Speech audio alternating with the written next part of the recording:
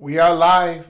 We are live. Welcome to college football's peek around the corner with your host, Greg Pflugar. We cover everything in college football because we love everything in college football. And if you do us well, please subscribe to our channel. Smash the like button if you like our content. Share the video with your family and friends. Do not forget to ring the notification bell. You do not know when we're coming on live next. I do not know when we're coming on live next. We have decided to come on an early Saturday, August 15th. Why? Well, I was told to listen to something. I was given a heads up. I listened to it. I have noticed that nobody on X that I follow, none of the message boards, nobody's talking. Nobody's talking about the ESPN podcast that was released earlier today. Not a whole lot of details.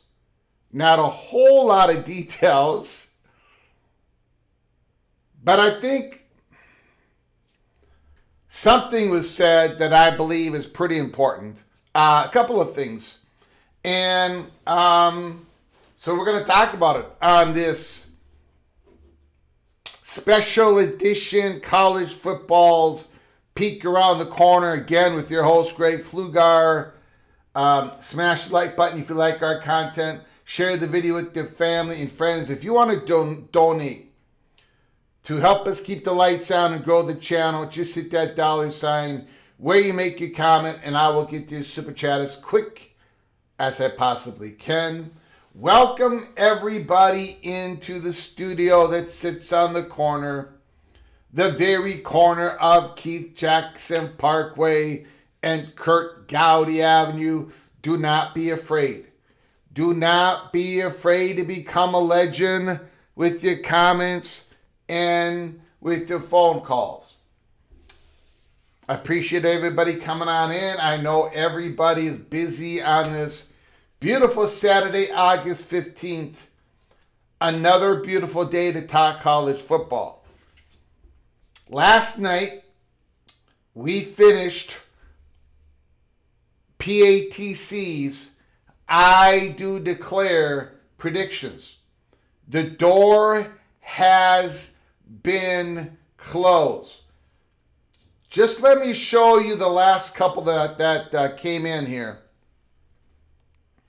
Arch Manning won't be a Heisman finalist. Ryan Willie, 1-pointer. 4 SEC teams in the college football playoff semifinals.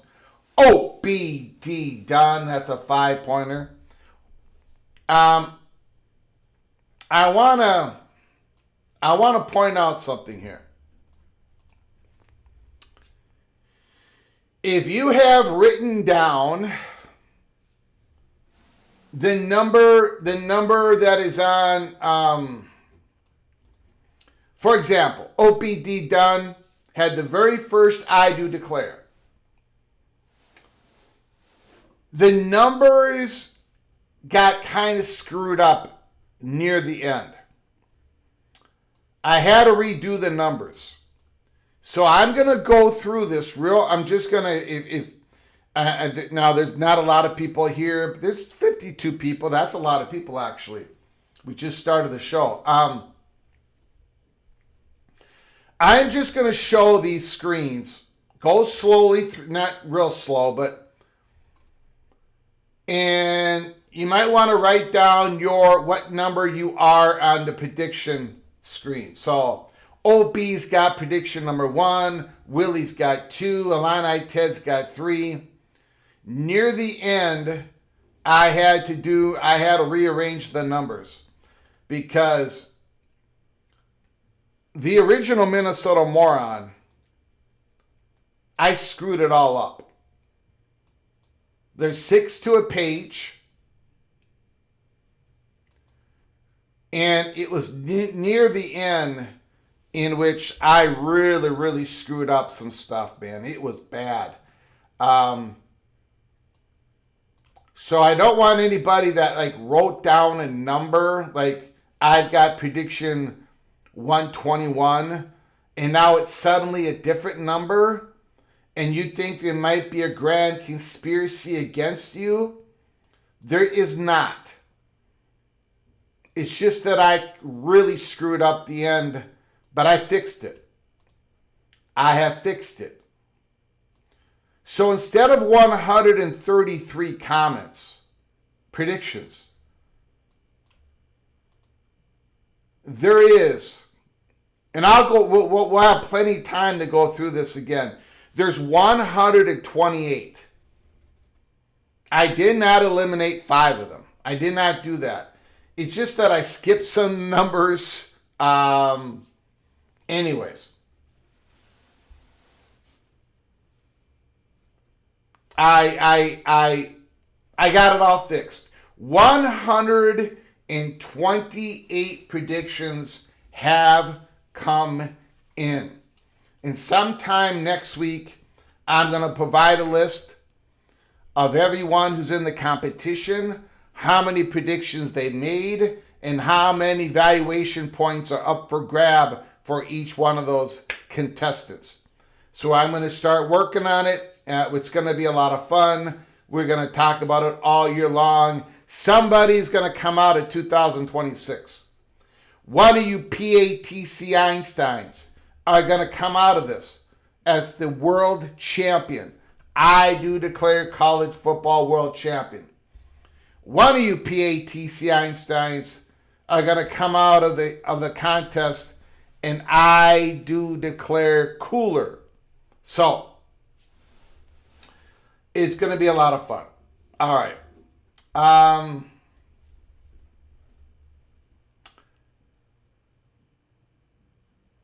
Another item that I wanted to hit upon.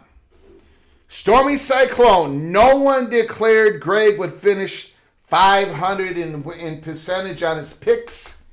Saving your money is a good thing. A lot of people declared that I would finish under 500.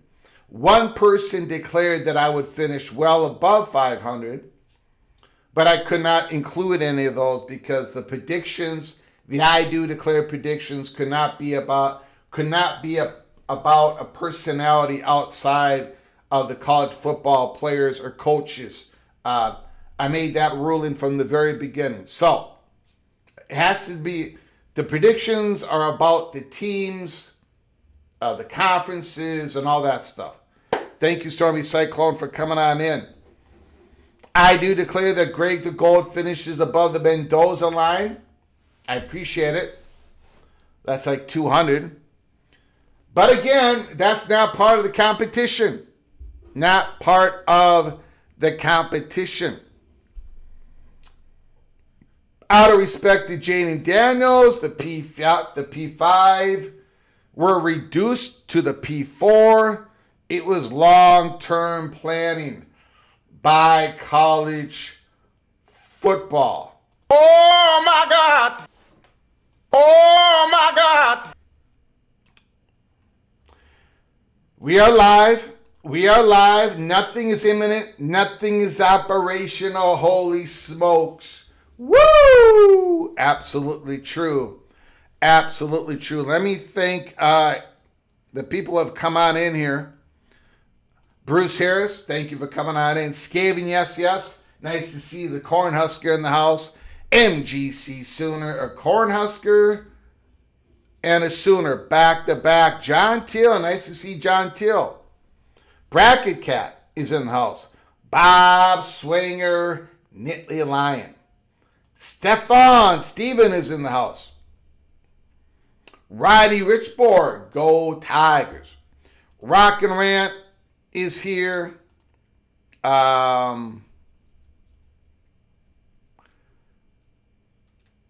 Stormy Cyclone, Johnny Blaze, Elvin, Gully, Edward, D'Auburn, Tiger. Tough Tony's in the house. I did not see that guy. I did not see that. I didn't even know they played, to be honest with you. Vikings and Giants game was awful. Sorry to hear that, Tony. Sorry to hear that. Tom DeBay's in the house. Appreciate it. All right, you know how this works. We're going to do a monologue. After the monologue, we'll open up the phone lines for anybody who wants to call. If you give us a call, the floor is entirely yours. If you want to do a super chat to support the channel, the floor is entirely yours. You can talk about whatever you want. The other comments I will pick and choose depending on if it's relative what we're talking about, or is it interesting, or is it some creative writing, and I will post it and talk about it. I do want to set the table, and then I want to talk about, for one moment, the college football mafia show of last night. Good friend Nathan Brown, Wild Ute, Moen did their Big Ten predictions. And I do want to say, Rock and Rant is the only one who's got a brain. Who's got a brain in that group. Holy smokes. Now,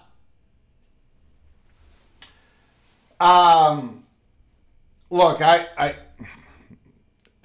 people are taking shots at me every single live show, every single episode, and that's great. I love it. That's why we do it. I rarely have an opportunity to take shots at anybody else. But in this monologue, very short monologue, by the way, I'm going to take a shot. Again, something has been lost in translation about what is happening in the Big Ten. We got a very kind super chat to start us all off. It is Andrew French, $10 holla.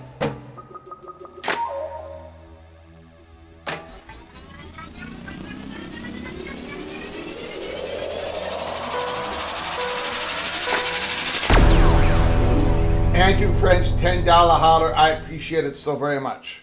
Thank you for your generosity. Thank you for helping us keep the lights on and grow the channel. Thank you, Andrew French. I appreciate it.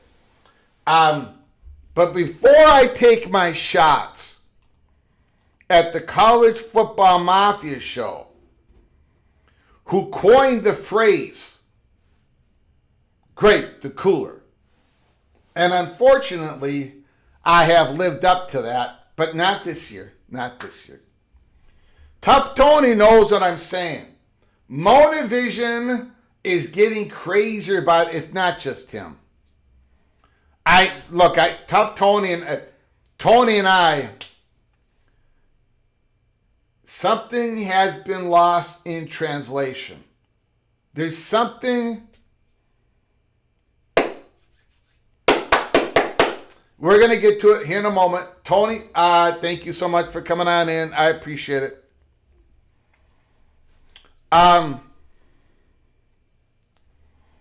There is an amendment to raise the cap to 20 versus 19.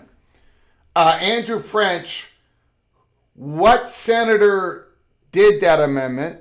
And can you forward me that amendment?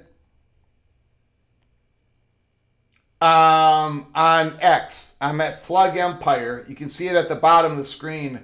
If somebody can show me the amendment, I'd be happy to talk about it. Appreciate it, Andrew French. But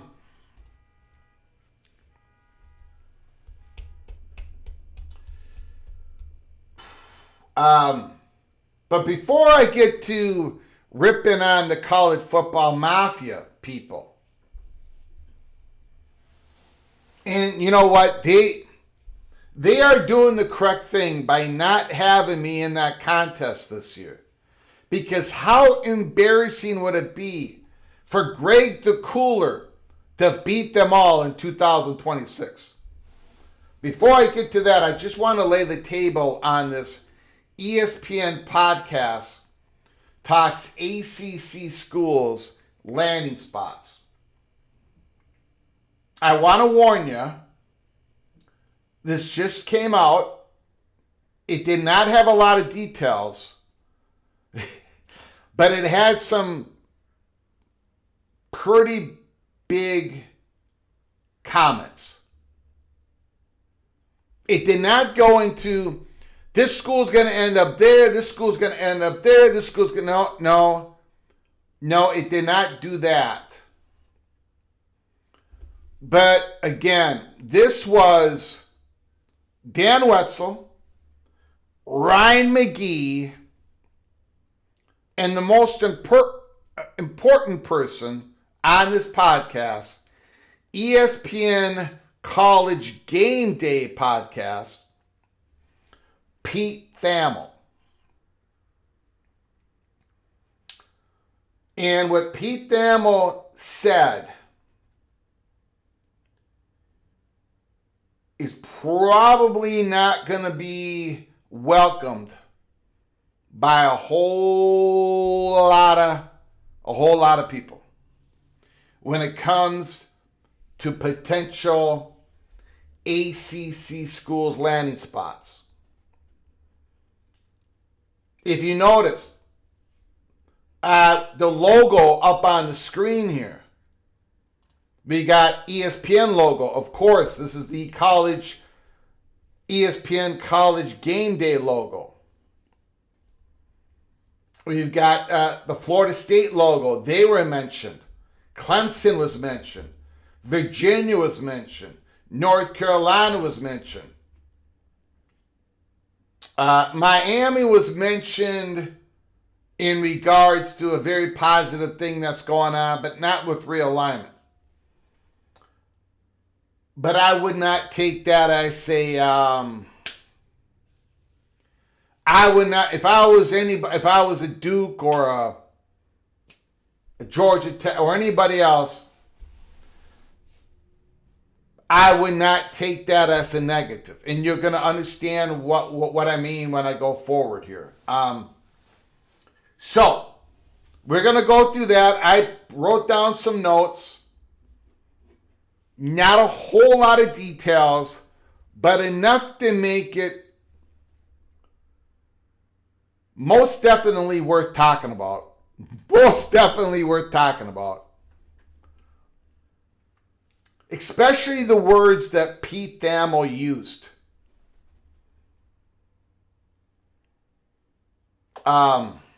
Now you can look. A lot of you don't like ESPN. I get it.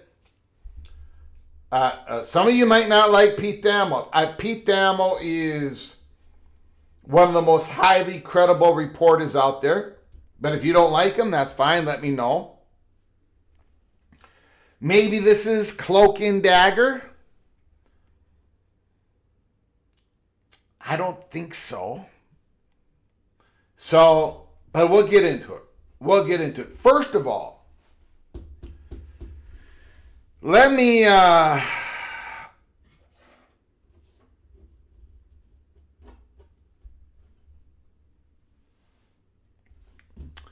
you don't Solar no. You don't sue ESPN in college football without a landing spot.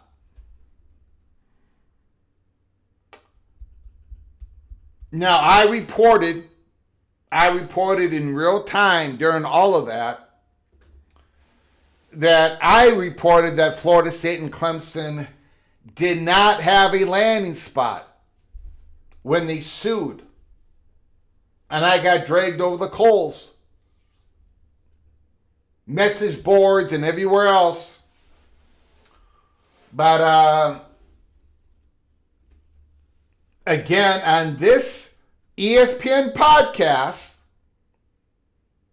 they made it real clear that no, Clemson and Florida State did not have a landing spot when they sued the ACC. All the reporters have been told this. I reported it. But I don't know what else to say about it. People are going to believe that they do have a landing spot because the reason why Clemson and Florida State sued is because they wanted to have discussions with an SEC and a Big Ten. Because they were not having first-party talks at all. And I know there's a great myth that they were. That Florida State had a handshake deal, a nod and not approval. And I reported that none of that was true. And it was true. And it is true. Now they've been able to talk. Clemson, in their court case filing, Clemson says, we want the ability to be able to talk with other conferences. And they've won that ability. But we'll get into it. We will get into it here in a very short time. I appreciate everybody coming on in. I am surprised that this is not being talked about on X or anywhere else. We are going to talk about it here on a live show. But before we get into it, College Football Mafia. Nathan Brown, Waju, Daniel Gygax, Becky Go Huskies, all of you. Every single one of you except for Rock and Rant. Let me just say something one more time about my beloved Golden Gophers. Only Rock and Rant had the Gophers finishing in the top half of the conference. Nathan Brown, Wild Jute, Daniel Gygax, Mohr, Becky Go Huskies, all of them had Minnesota in the back of the pack, the back half of the conference. Mohr had Minnesota finishing in 13th. Now, I went on a Gopher rant yesterday, so I shouldn't do it today because this is a national independent show. You guys don't want to listen to me babble on with Golden Gopher propaganda. But let me set the record straight on something. It was mentioned last night that the Golden Gophers would be in trouble if they did not have a running game because Drake Lindsay would not be able to carry the team. The Gophers lost RB1 last year, nicked up at the beginning of the season, nicked up all the way during the season. They lost RB2 last year for the whole season with a broken leg in game 2. Their best wide receiver was a blocking wide receiver, Lemenke Brockington. The Gophers were dead last in Big Ten rushing yards. They already relied on Drake Lindsay. He was everything. Freshman quarterback Drake Lindsay took Minnesota to the top half of the conference, and he had no help. None! He already did it! And he's got a whole lot of help this year. Oh my God. So, I'm just telling all of you. Darius Taylor, he's healthy. They got a running back room that is well beyond last year. The wide receiver room is night and day from last year. Look, the defense, duly noted. I might be Greg the Cooler, but College Football Mafia on their Big Ten predictions last night, when it came to the Golden Gophers, I mean, they might as well have been Pluto. College Football Mafia Pluto. That is what we're talking about. Okay, so I'm done with that. I just wanted to put that out there. Woo! Okay. All right. Gophers need to win the jug this year. Absolutely. All right, let's get to it. A board member at Florida State came out and said Florida State has a landing spot already because YouTubers were saying that Florida State did not have a spot. Thank you, Parabellum 6889. Number one, I don't know if any. I said they did not have a. I said nobody had a spot, unless Notre Dame called or North Carolina called. But Florida State did not have. How would? It don't even matter. But I did not hear a whole lot of people saying that.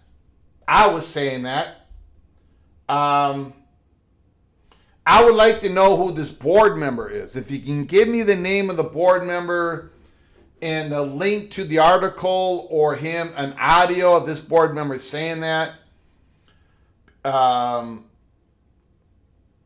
And again, a board member should not lose, slip, sink ships. They should not be saying any of that. But I do not believe. What is the landing spot? Okay, let's get to it.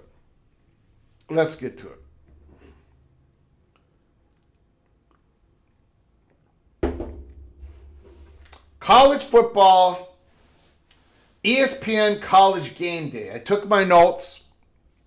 I did provide a link in the description box below the video. Welcome on in, Rodnicks. Pete Thamel, Dan Wetzel, and Ryan McGee. The question from Dan Wetzel was Bill Belichick, North Carolina, Dabo Swinney, Clemson, and Mike Norvell, Florida State. Who among those three are going to survive the season? And they first begin talking about North Carolina. Will Bill Belichick still be the head coach of North Carolina by December 1st? Ryan McGee said no. Not going to make it.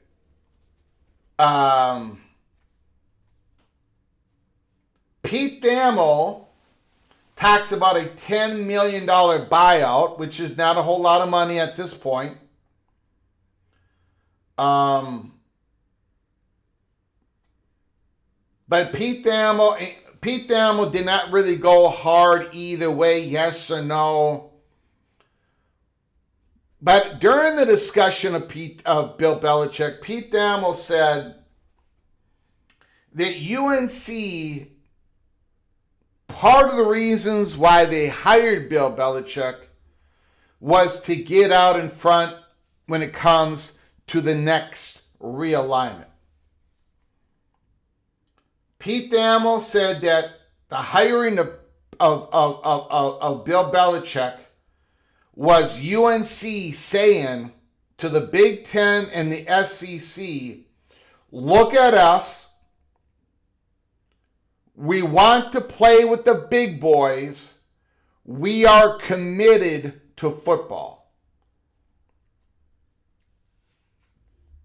And Pete Thamel said, beyond getting a whole lot of attention, which they did, a whole lot of eyeballs, which they did,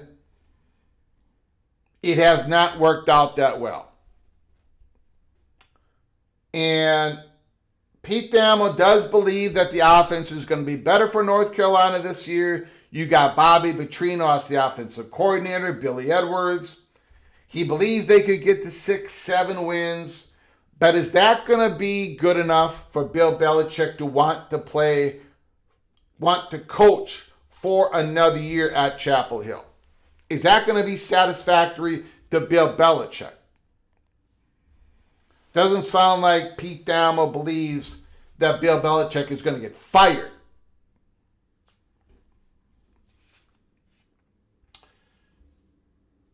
Then they talked about Mike Norvell and Florida State. Dan Wetzel said that Florida State is a conundrum. When they are winning, it's easy to see why they are winning. And when they're struggling, that is also easy to see why they are struggling. Pete Thamel talked about the $49.6 million buyout. Pete Thamel compared Florida State to Florida in that there was a time after the Tim Tebow era of Florida, the Gators got fat and happy. Pete Thamel believes that's what happened to Florida State after the Bobby Bowden. You had Jimmy Fisher. You rose up with the national championship, but then they got fat and happy. Pete Thamel said on this broadcast, and this was released today, that Florida State's leadership has pulled all the wrong levers. When it came to Mike Norvell, when it came to being late on their athletic facility, it's a great one, but they were late on it.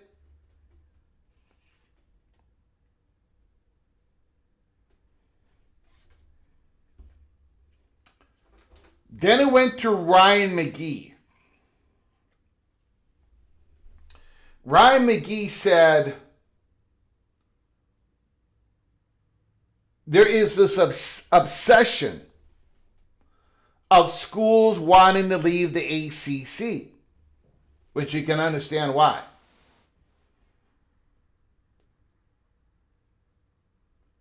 UNC thought if they could get Bill Belichick, that they would have a Thelma and Louise event with Virginia, and they would get out of the ACC. But North Carolina cannot get out of their own way. So again, and Pete Thamel's agreeing to all this. Again, there is this UNC and Virginia symbiotic relationship. They're working together on a lot of these items over the last decades when it comes to ACC and conference affiliation. Then Ryan McGee asked the question, where is Clemson and Florida State going to go?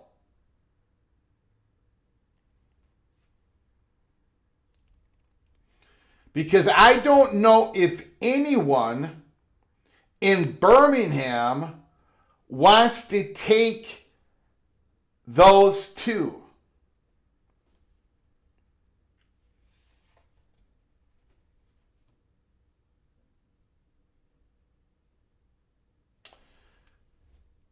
Dave Wetzel says, there are people, and I'm paraphrasing, but there are people out there saying that Florida State, they would not have sued if they did not have a landing spot. And Dave Wetzel says, yes, they did sue without having a landing spot.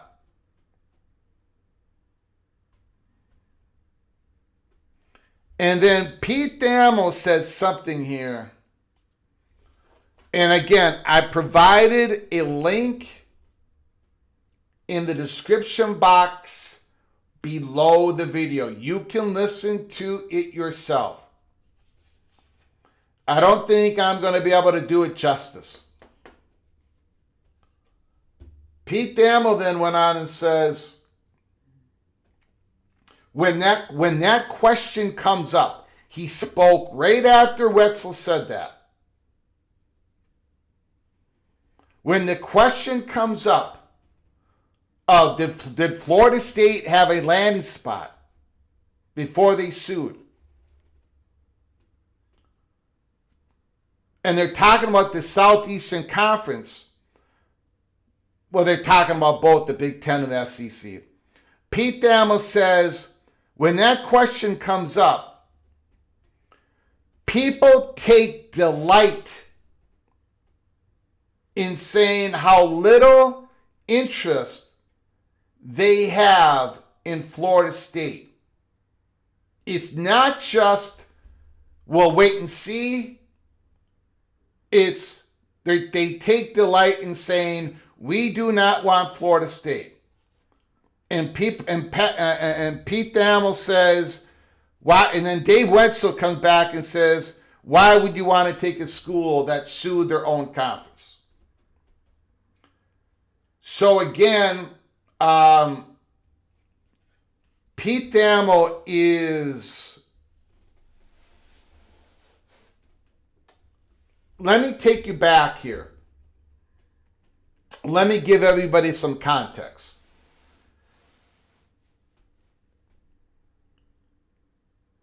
Back in June of 2024, here at Peek Around the Corner, I was given information that North Carolina and Virginia was definitely the top targets of the SEC.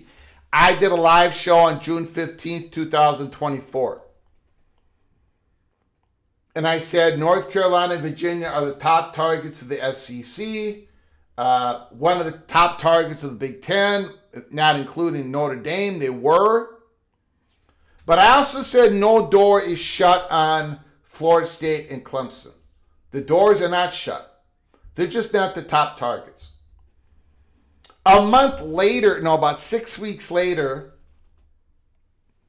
couple months later, Brett McMurphy of August that year, 2024, came out with this big article, and basically the article described what Pete Thamel just said on an episode that was dropped today. Brett McMurphy talked about how Florida State wasn't the top target of the SEC in the Big Ten. It was North Carolina, Virginia. The SEC has leaked the same stuff to everybody. I have learned over the last, now it's 2 years, a little bit over 2 years. I have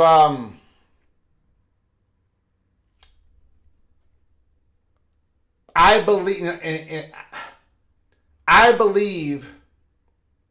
that there is no way that ESPN and SEC can allow the Big Ten to get a Florida State and a Miami. And that's why I keep going back to ESPN, or I keep going back to the SEC Big Scoop. Illogically, in everything that I know, it would be, the SEC would be cutting off their nose if they let the Big Ten have the ability to take Miami and Florida State.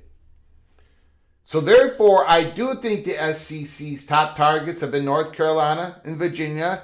I've said that. I've never wavered. That's been what I believe. That is what the Southeastern Conference has leaked to everybody. Pete Thamel reported that before this. I mean, he reported that a couple of years ago. Everybody, Heather Dinich.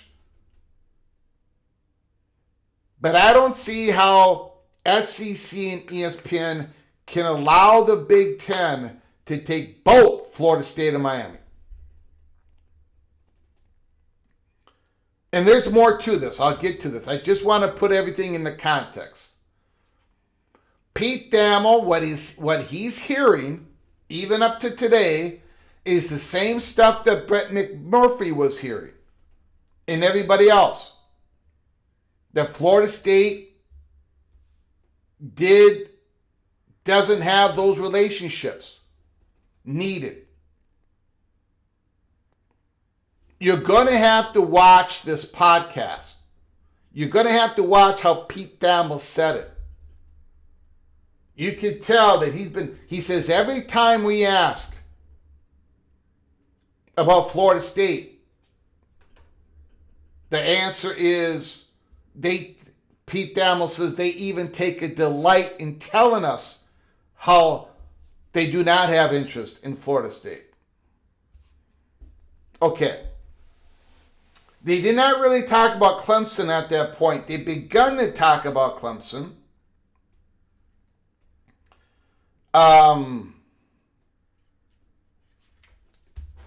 But before that, the only mention that they talked about Miami was how Miami has benefited from the success initiative that was put into place because of Florida State's and Clemson's victory in the courts. Then they talked about Dabo Swinney. McGee believes that Dabo is still going to be Clemson's head coach by the end of the year. Thamel says Dabo is not on the hot seat. $57 million buyout. And then Thamel went on and Thamel mentioned Tate Reynolds. We might be seeing Tate Reynolds in that game against LSU. Okay, so let me go back into this.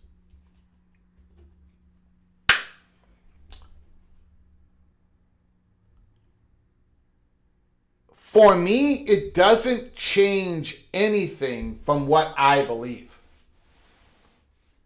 Because I've known And deep down, a lot of Florida State people know that they're going to get dog walked by the SEC. They're going to be talked down to by the SEC. And it's still going on to today. A lot of Florida State people don't realize this, but many do.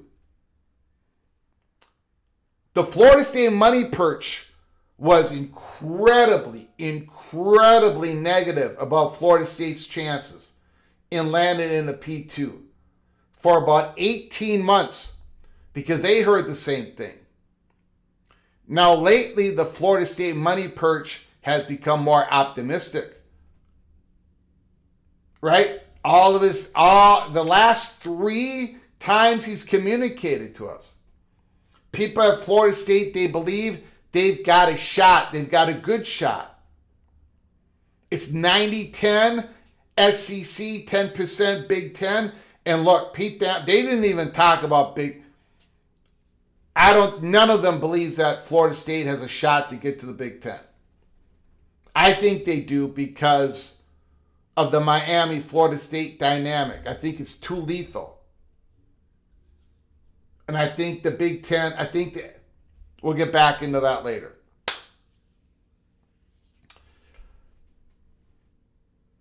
I want to show you guys something. But before I do, let me set the table here. There is an image that I took off from ESPN College Game Day broadcast, their podcast. There's an image that I took a copy of and I wanted to show you. It has to do with Notre Dame. We have believed here at Peek Around the Corner, we have put North Carolina and Notre Dame at the middle, the center of the stage.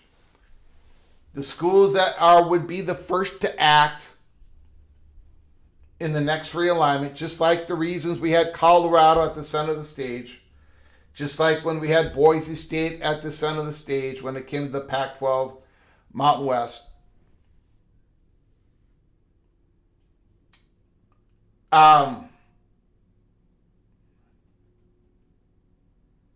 We have said forever here at Peek Around the Corner that Notre Dame is Big Ten's top target. North Carolina is next. But the Big Ten is not going to give up on North Carolina until they see North Carolina go to the SEC, or if North Carolina says, we want into you, Big Ten. Big Ten ain't going to give up on Notre Dame. It's just not going to happen. And that might be paralyzed in the next wave of realignment. It could be. SEC wants North Carolina and Virginia, their top targets. North Carolina has the Board of Governors situation. But if you go back to Notre Dame,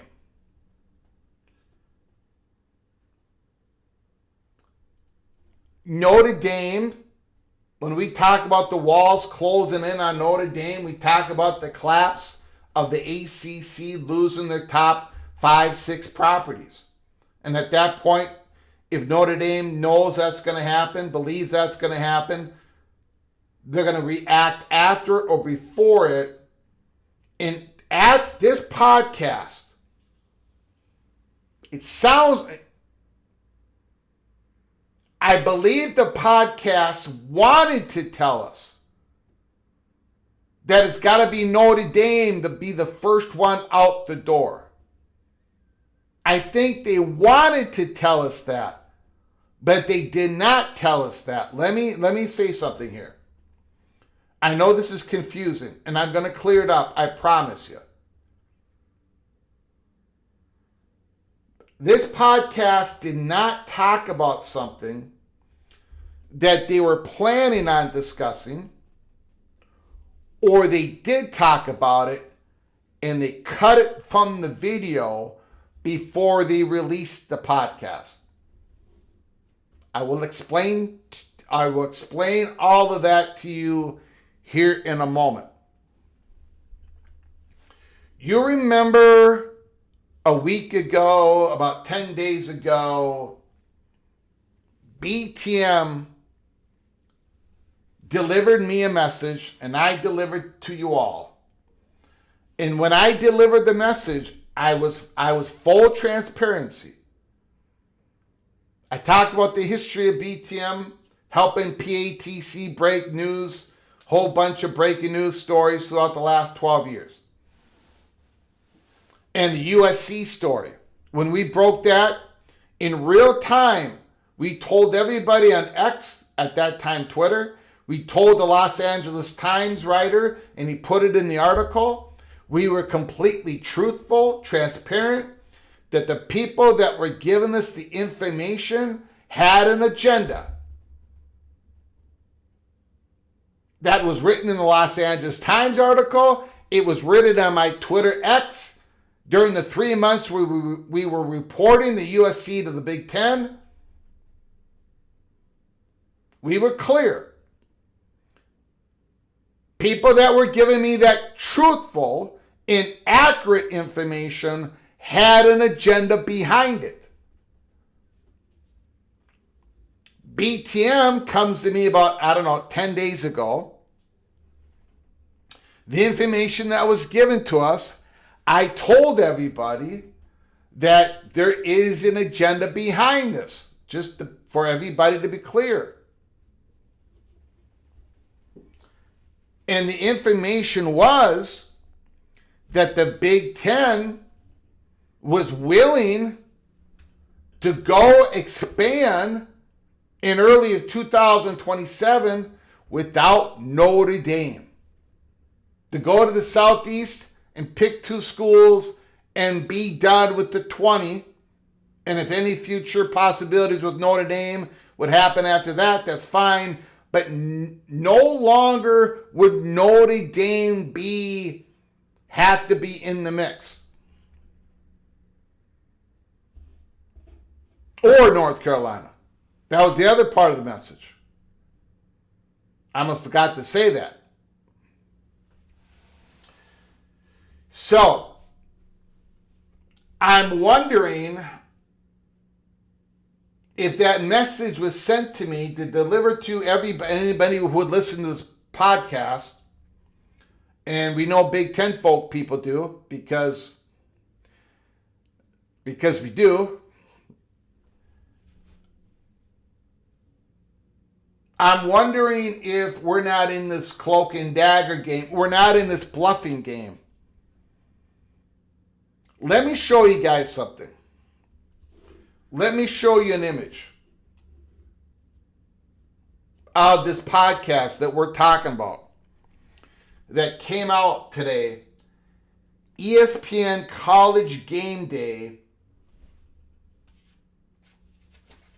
Pete Thamel, Dave Wetzel, and Ryan McGee.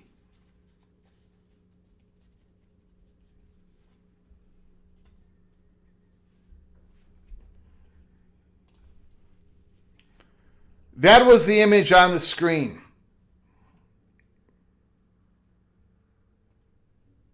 And it was up there for a bit.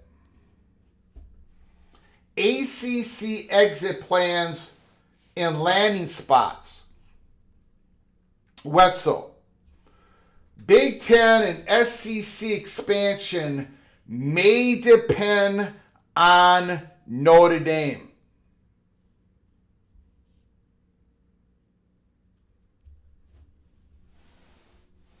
Okay?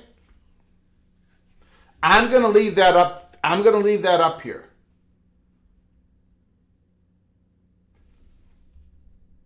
During this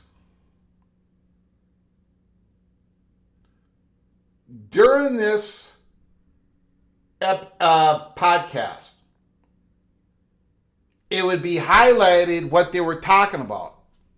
Wetzel, Thamel, and McGee. You would change the subject and there'd be a highlight and it would have a different title up on the screen. So the ACC exit plans and landing spots Wetzel, Big Ten and SEC expansion may depend on Notre Dame, wasn't always up there. It was only up there for a few minutes. It was only up there for a few minutes.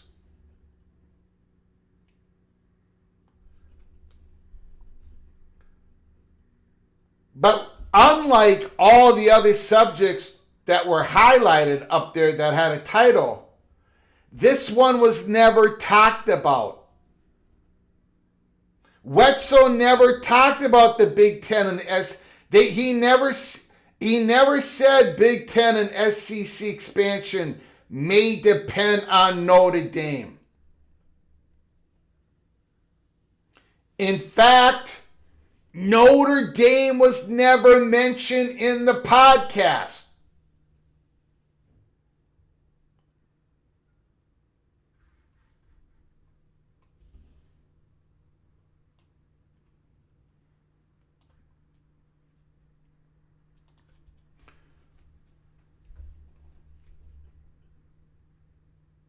There are two theories behind this. One is they were planning on talking about it. But they never got around to talking about it. Or they did talk about it, and it was cut out.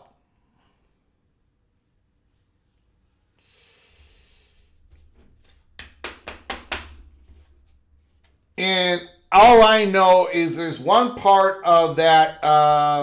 If you go and I'm asking everybody to go watch it. There's a link provided in the description box below the video. There's one part that it looked like there might have been a hard cut, that something was cut and then started. And it was around that time when that image was up on the screen. Now, I can't say for sure that there was a cut in the video. I'm guessing the odds are against it, but they never talked about. Wetzel never said Big Ten and S. He might have said it and they cut it out because they never talked about it. Which I find, but here's the thing.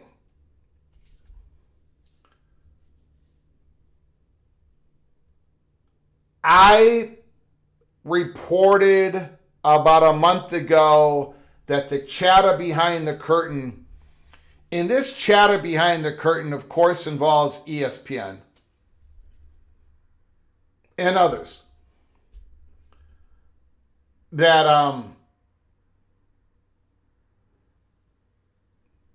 Florida State and the Clemson and other schools, ACC schools of Georgia Tech and others,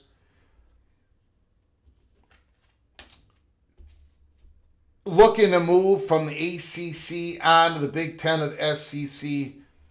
I really want North Carolina to get going. They get it going. They get them moving. Because I think they know that it's going to take a North Carolina or Notre Dame to unlock this. Nobody's really expecting the SEC to announce that they're taking 2 or 4 schools and none of them are North Carolina. Nobody's expecting the Big Ten to make an announcement, we're taking 2 schools and none of them are North Carolina and Notre Dame, or they make the announcement before and Notre Dame and North Carolina have done something else. Like, everybody's expecting the next wave of realignment to have North Carolina involved in it or Notre Dame involved in it, or both. And that comes across, even though that comes across very clearly in this podcast and on all the other reporting that we've done.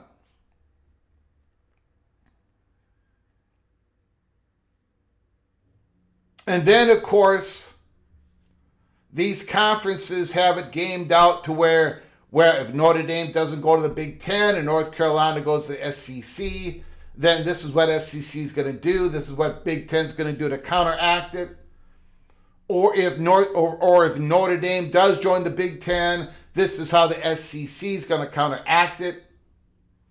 But without Notre Dame or North Carolina moving, people at Birmingham and people at Rosemont are just looking at each other. In fact, Birmingham was brought up in this podcast. If I can find in my notes.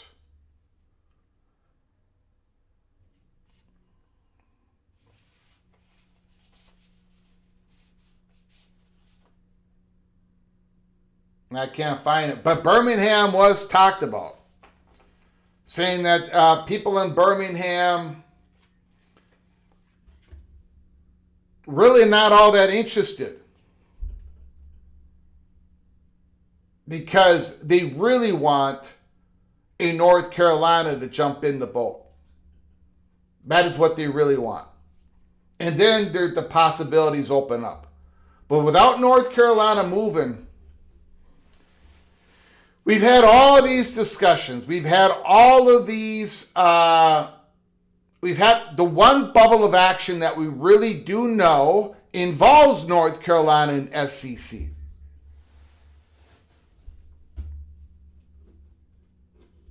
One that we know and that we can talk about a little bit. Eva Badger, $5 holla.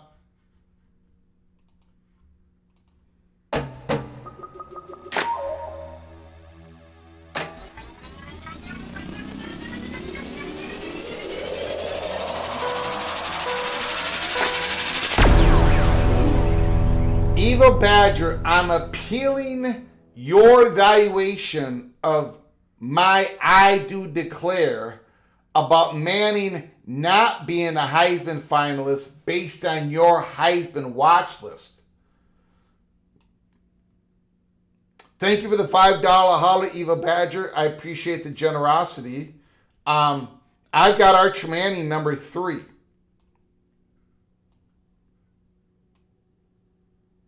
I've got him number 3.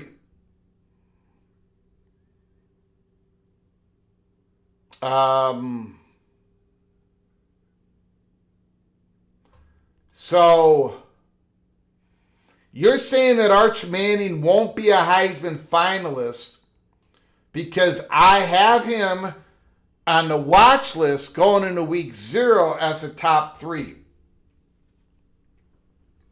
I'm not quite getting the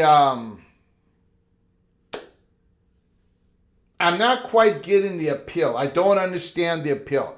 Ryan, I am going to open up the phone lines here in a little bit if you want to call me. But are you saying that it should be a 2 or a 3 or 4? I'm not quite sure what you're saying, but you can give me a call at Eva Badger. I appreciate the $5 holler. Thank you so very much. OG Bon Ellie now, who looks like a conspiracy theorist. Are we talking about the image here? Yep, and I openly said this is a conspiracy. I'm just speculating a possible conspiracy. Did they forget to talk about this? Did they cut it out? I'm openly saying that maybe something happened here. I do not know, though. I'm not sure what is wrong with that. I don't know what I did wrong on that. But anyways, I appreciate the comment. 1 is too low. 1 is too low.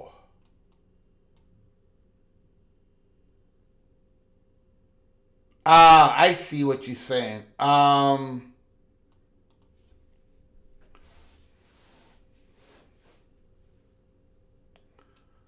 I get it. All right. Okay.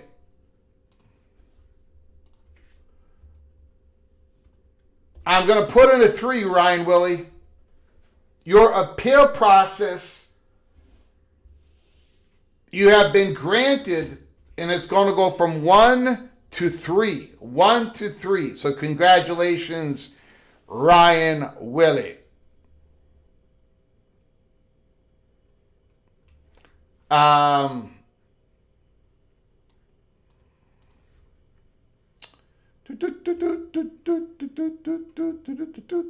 Okay.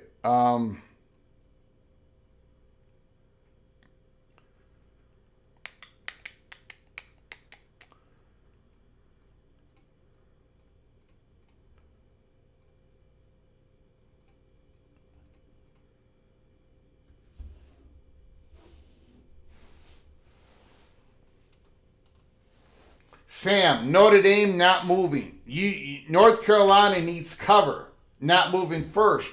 They need Clemson or Florida State to move first. Yeah, and again, you have to go and watch this podcast. Pete Thamel says that every time he asks about Florida State, the people take delight in telling him that Florida State basically has no chance. And you got to see Pete Thamel's expressions and how he said it. So Pete Thamel does not believe that Florida State is anywhere near the top targets of the SEC. And I think he believes that at Clemson as well. But it is my belief, people that I've talked with, that the SEC cannot afford the potential of the Big Ten taking a Florida State and Miami.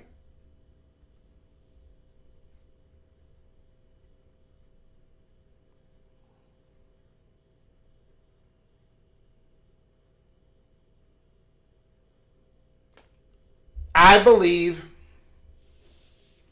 and if you go listen to the podcast and you take a look at this image that they never got around to talking about, Big Ten and SEC expansion may depend on Notre Dame. It gets back to what we have been reporting for months and months and months. Notre Dame and North Carolina are at the center of the stage, and the SEC and the Big Ten are willing to wait it out. Will Notre Dame jump, and can North Carolina get themselves to where they can jump? But if both of them remain on the stage and not jumping to the SEC and the Big Ten, then here we are. We sit with no movement.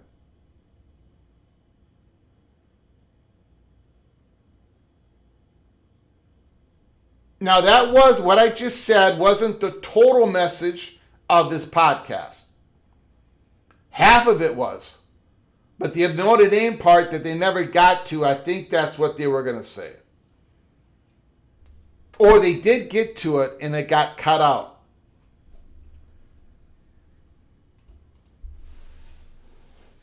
Notre Dame is not jumping until they absolutely have to. And they're probably not going to have to absolutely jump until other ACC schools get taken. So then, if you think about it logically, then it goes down to North Carolina. It's all about North Carolina. And North Carolina is paralyzed. So here we are. Pete is smoking the best stuff if he thinks the SEC doesn't want Florida State and Clemson. Evan Gully. Well, the thing is, I, 'cause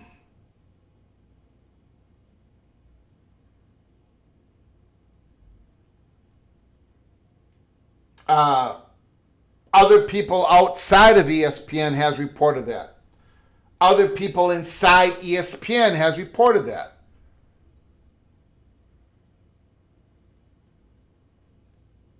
So Heather Dinich has said it is not Florida State and Clemson. It is North Carolina and Virginia. Paul Feinbaum, which a lot of you make fun of, he said that. Brett McMurphy has said that. I have reported that it is North Carolina and Virginia, but I believe that Florida State and Clemson have to be taken in a big scoop.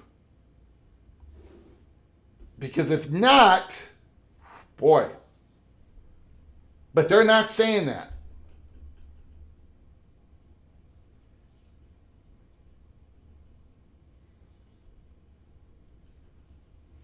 Now, we have at Peek Around the Corner have reported quite a few times here in the last 3 months that Clemson and Florida State, but Clemson, maybe a surprise to many, have not put all their eggs in one basket. That they have made sure that they have told the Big Ten that they are interested in all those discussions and positioning. We have reported that. In fact, we were told, and I reported this a long time ago, and I told Moen this off the record. Moen can now talk about it because I'm putting it on the record. I have said this before.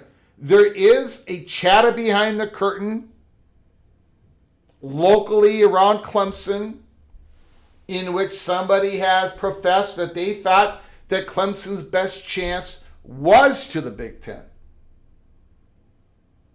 We give it a 70-30, 70 SEC, 30 Big Ten.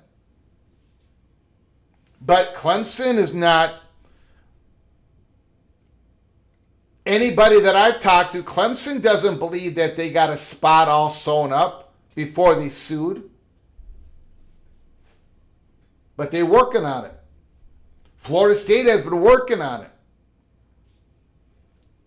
Nobody's acting like Clemson and Florida State nobody's acting that Florida State and Clemson knew they had a spot before they sued. The conferences are not acting like that. The media companies are not acting like that. Clemson and Florida State are not acting like that. Bud Elliott can say it 1,000 times, but there's no evidence that they believe they have a spot. Because if they believe they have the spot, where is the spot? Nobody seems to report on that. Only people say they know they have a spot, Greg. Well, where's the spot? I think we at Peek Around the Corner believe a spot gets developed through the falling of the dominoes. And we don't know where that domino is going to fall when it comes to North Carolina. Or when it's going to fall, which is probably even more important. That's what's holding this up. Besides all of this, the SCORE Act and the Protect the College Sports Act and the college football playoff format discussion, besides all of those planes not landing, you've got the North Carolina being absolutely paralyzed within Chapel Hill for all the reasons we have discussed. Virginia, North Carolina wanted Virginia, Virginia wanted North Carolina, and so the top targets are paralyzed. The next targets want those top targets to move. And Notre Dame does not feel like moving until those top paralyzed targets can move.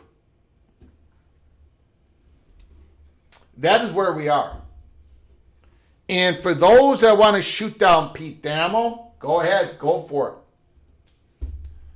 But this guy gets all the SEC information. He does.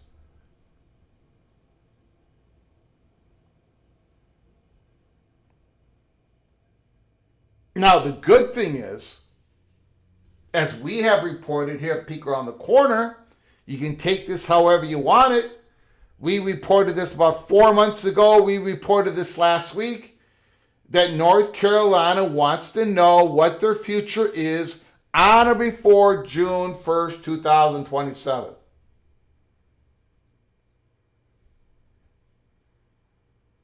So, and we think it's the SEC, but not sure, obviously. Nothing imminent. Nothing done, nothing signed, nothing delivered. But we are at a standstill for more than one reason. What is going on in the college sports landscape and the target list. Those at the very top are paralyzed.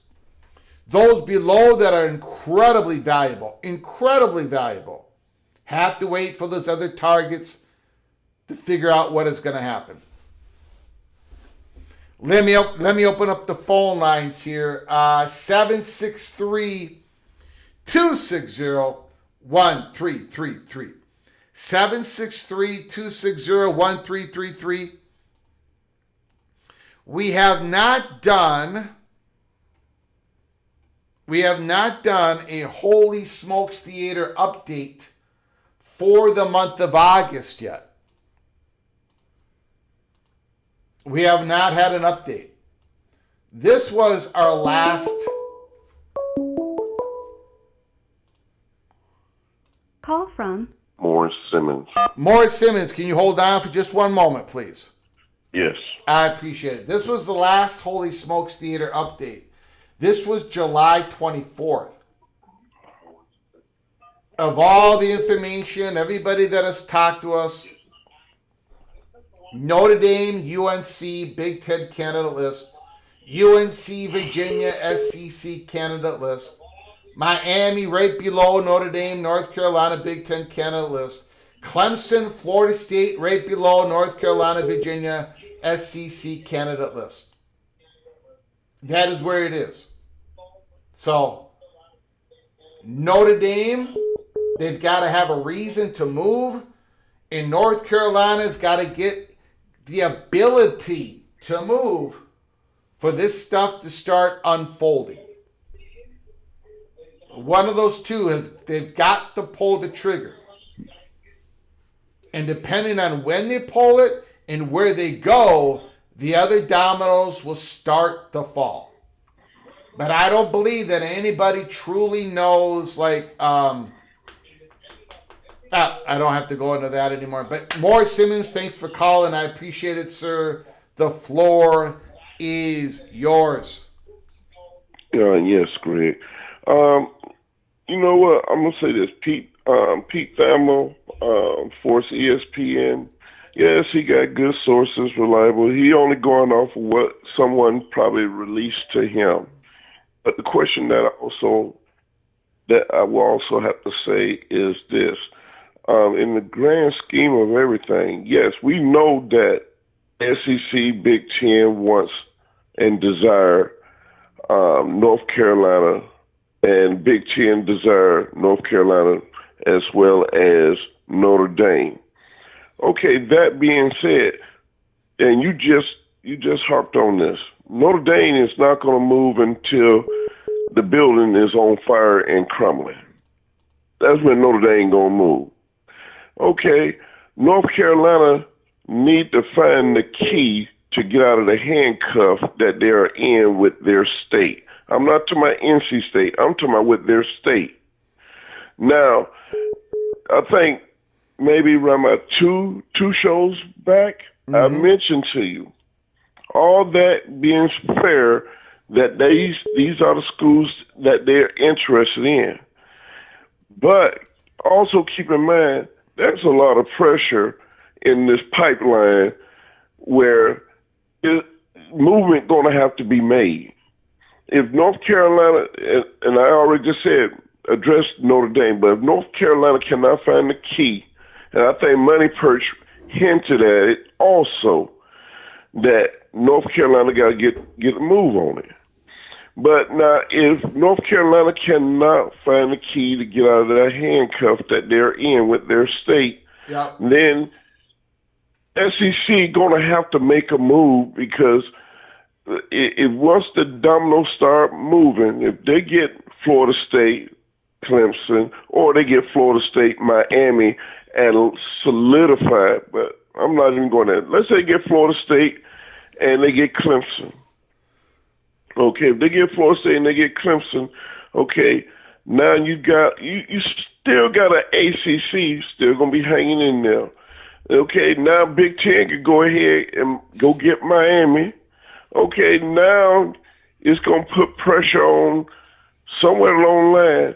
North Carolina going to have to be broke free. If not, they'll run the risk where neither one of the North Carolina schools will wind up in a Power 2. And they'll just stay in the ACC. Or Notre Dame just go ahead and ride out with what's left. If you're going to keep, if North Carolina stay in the ACC, who's saying Notre Dame may just say, okay, I'm going to ride on out with the ACC, because you still got Tobacco Road still intact. And then whoever they backfill come in. It's a lot of scenarios of this may not break apart the way people think it's going to break apart. I mean, it's a wish list to say, yeah, I want to have North Carolina, I want to have Notre Dame, and you've been pursuing, and matter of fact, Big Ten been pursuing both these schools. So, and neither one of these, you got two ladies that have told the Big Ten no. Notre Dame overwhelmingly been saying no. But I'm just saying, if you think Florida State and Clemson is going to sit here and we just going to spin our wheel and nobody not going to pick these schools, oh, they're going to pick them. It may not be top on their priority list, and they probably realize it's going to take some time to break free North Carolina. But in the meantime, they're going to go ahead and get the best candidates they can get to move this forward. Ain't nobody going to sit here and wait on that. Now, when you say that nobody's going to sit here and wait on that, I wonder sometimes if I'm Greg Sankey and the SEC presidents, I'm wondering if they've got themselves convinced somehow, some way, that the Big Ten is not going to move without a North Carolina and a Notre Dame, and so therefore they don't have to move either until it's going to be North Carolina making the decision. In other words, maybe the SEC doesn't feel like, I think internally, I would think the SEC would fear the Big Ten going, all right, Miami, Florida State, hop on aboard.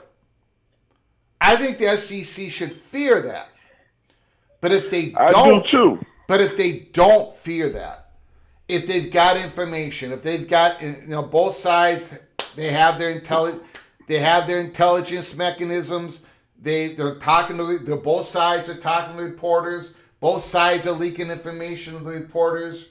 And everybody is literally singing from the same songbook on all of this.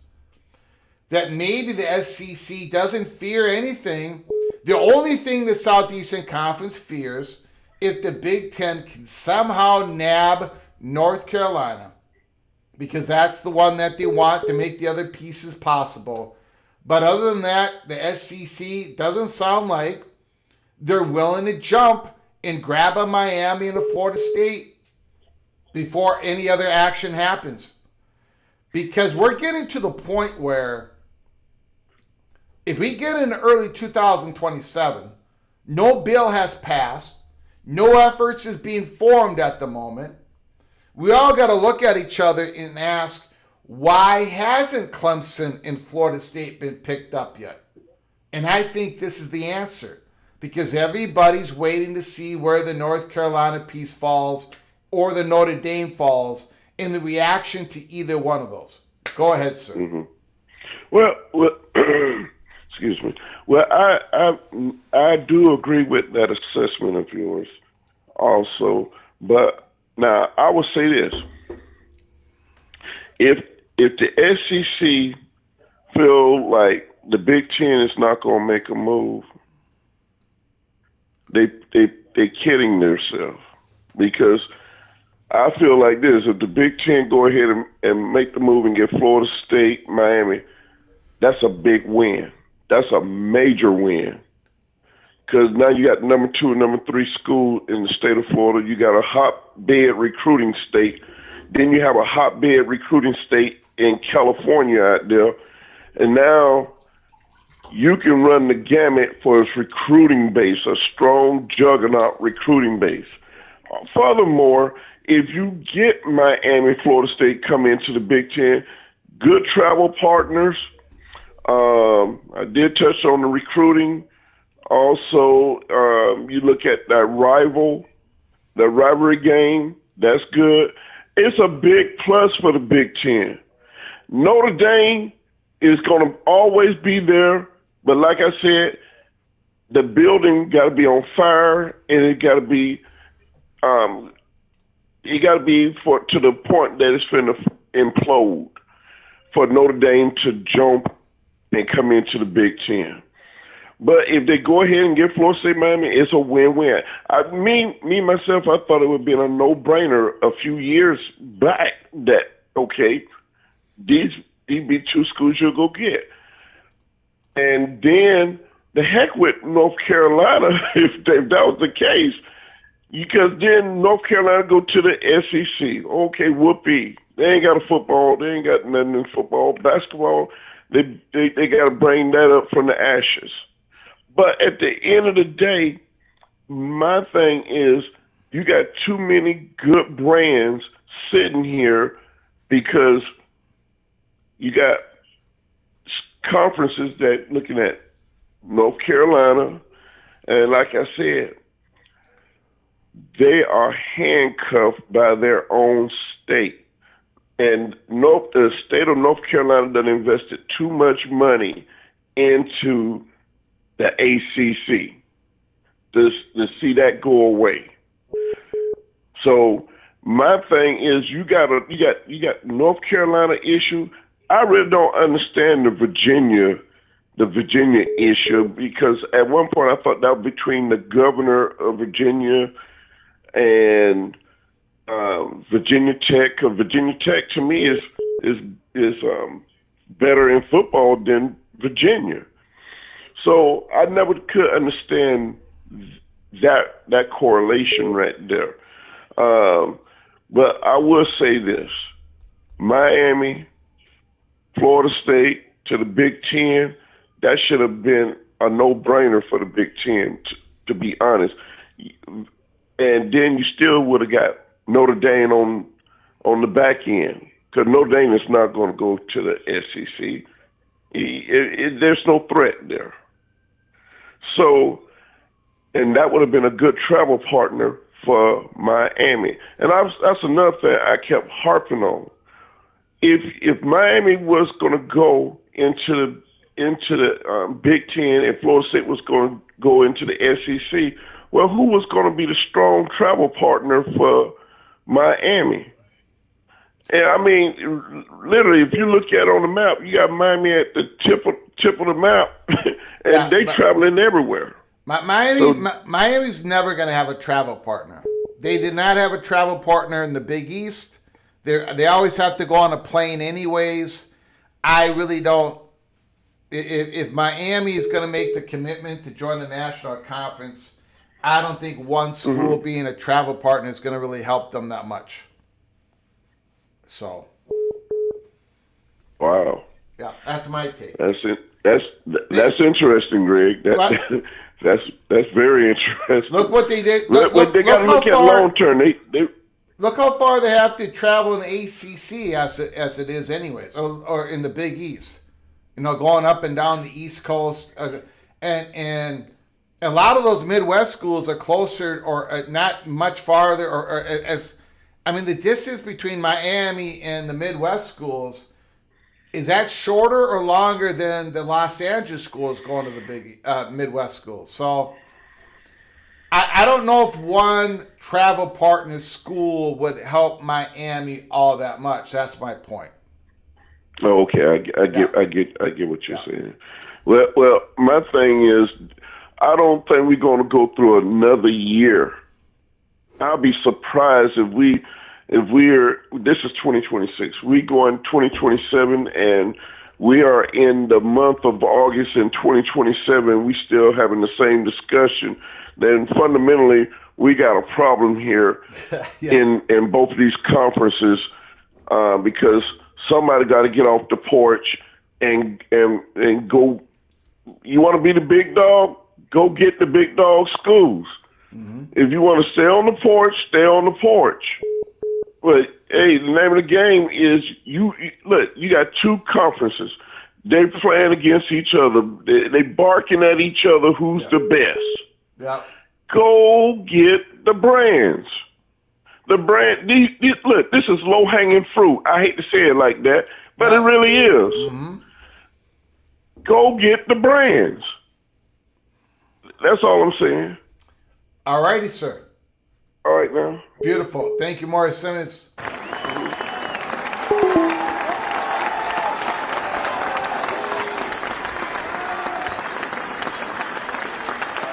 Beautiful call by Mr. Seminole, Morris Simmons. We have got ourselves a super chat, $2 holla.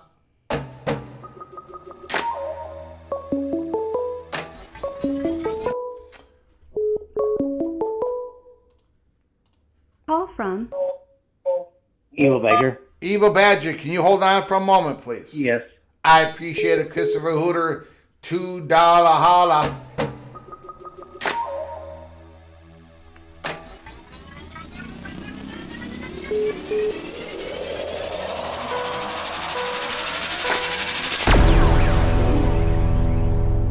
So UNC stuck, all frozen, not the end of the world. Thank you so much, Christopher Hooter. Thank you for the $2 holler, your generosity. As always, thank you very much, Mr. Purple and Gold. I do want to take just one moment before we get to the legendary caller, Ryan Willie. A few questions from Mama Duck Clemson Tiger. Then why would the Florida Senator want the provision? For Florida State in Miami, they have the ability to jump to a P2.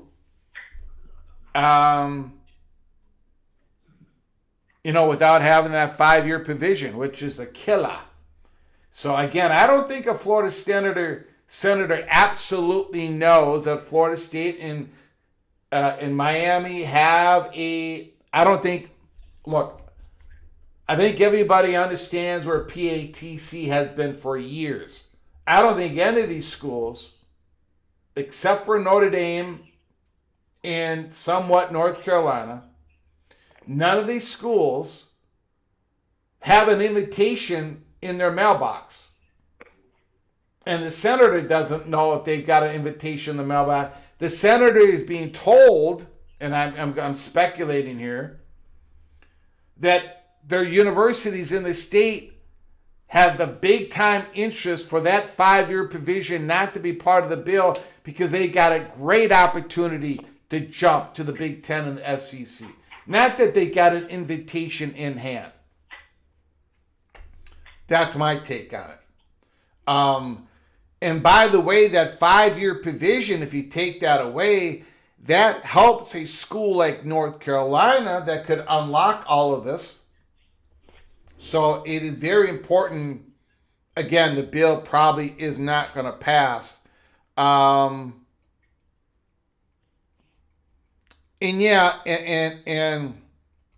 one more question from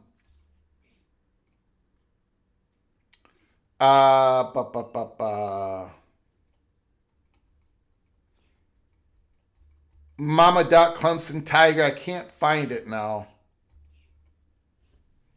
Why would Clemson waste money to sue? I don't know if they wasted money. If Clemson finds themselves in the SEC and the Big Ten, filing a notice of withdrawal in 27 or 28, I don't think it's a waste of money at all. Clemson, in their own court filing, said, we are taking this to court in Pickens County because we want the opportunity to have meaningful discussions with other conferences, SEC, Big Ten. Clemson did not sue because they knew where they were going. Clemson sued because they wanted to find out the opportunities of where they could go. And I've said this from the beginning. There has been a whole lot of ink wasted. A whole lot of podcasts going on about everybody knows where they're going to end up because that's why they sued the courts. They had none of that figured out because they could not possibly have that figured out. They might have a good idea where they're going to end up. They might have a really good idea where they're going to, but they did not know for sure. It doesn't work that way. Thank you, Mama Duck. I appreciate the questions. Appreciate you coming on in here. We do have a super chat, but I want to get to the legendary caller first. Ryan Willie, the floor is yours. Hi, Greg. Thanks for taking my call. You got it, buddy. The reason why I appealed that I do declare was because you had Manning in the finalist watch and all that, and I'm like, I don't think he's actually gonna make it or be invited to the Heisman ceremony in New York in December. I don't think he's as good as his uncles were. Okay. That is not my finalist prediction. That is my finalist. That is my Heisman watch list going into week 0. Okay. So that's the difference. I mean, that's like my preseason rankings isn't where I think things are going to end up. So that is why I got confused. That's not my prediction on the finalists. Okay. So, but anyway, I did move it to 3 points. Is that good? Okay. I put it from 1 to 3. Thank you. You got it, buddy. And the other thing I want to talk about is if everyone is waiting for North Carolina to make a decision, they're going to be waiting a long time. So Florida State and Clemson should pull the trigger and announce that they're leaving and join either the Big Ten or SEC in 2028. Hold on. You said that Clemson and Florida State should make an announcement that they're leaving for the Big Ten for 2028? Or SEC, either conference. They should just make that announcement. They should just make that announcement. What if they don't have an invitation? Well, then they need to get on the phone to the Big Ten or SEC. They have been on the because of Clemson and Florida State's victory in the courts. They have been talking with the SEC and the Big Ten. I'm just saying that the only way if everyone's waiting on North Carolina to make a decision, they're going to be waiting a long time. And Yep. I'm just saying that schools should put pressure on both of the P2 conferences and say, well, this is what we'll do and this is how much we'll take, and then I believe that would get North Carolina to move because that would show that the Board of Governors, the ACC is not going to last. And the main reason why North Carolina hasn't made the decision yet is because the Board of Governors wants to save that the ACC. Yeah. And that's the only reason. And I just think it's a waste of time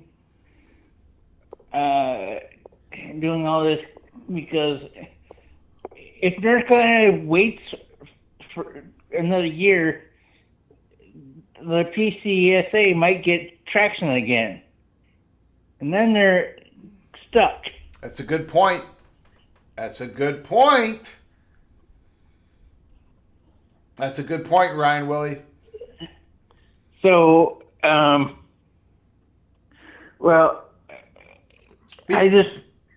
North Carolina needs to make a decision, and Notre Dame would have to make this decision if Clemson and Florida State left the ACC, because the value of the ACC at that point would be diminished. Okay, before you go, Ryan Willie, before you go, the impossible happened. A miracle happened, Ryan Willie. You and I were we were united last night. It takes a villain. It takes an evil villain to unite Ryan Willie and Greg the Gold together. You know who that villain was last night? Who? Mohr. Mohr was the villain. You said it in the message board, on the chat room at College Football Mafia. The disrespect that Wisconsin got from College Football Mafia show, the disrespect that Minnesota got. You and I were brothers last night, Ryan Willie. We got completely disrespected. College Football Mafia. That show did the impossible. It united a Gopher and a Badger.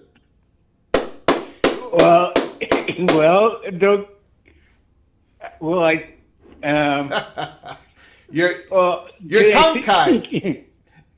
Can I tell you what I actually think the Big Ten standing will be, where I would put Wisconsin and Minnesota? Go ahead, tell me. You might not like me. You might not like me after this. Sure. I have Minnesota 13th and Badgers 8th. Yeah. All right. All I can say about that is all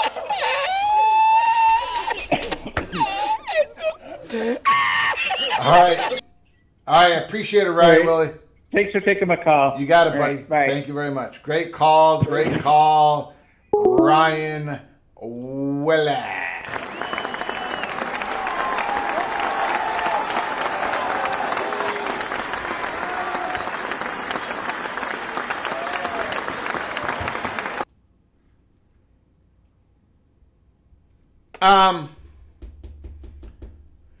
Before we get to some very generous super chats, and I do appreciate them, help us keep the lights on and grow the channel. I just want to emphasize something here.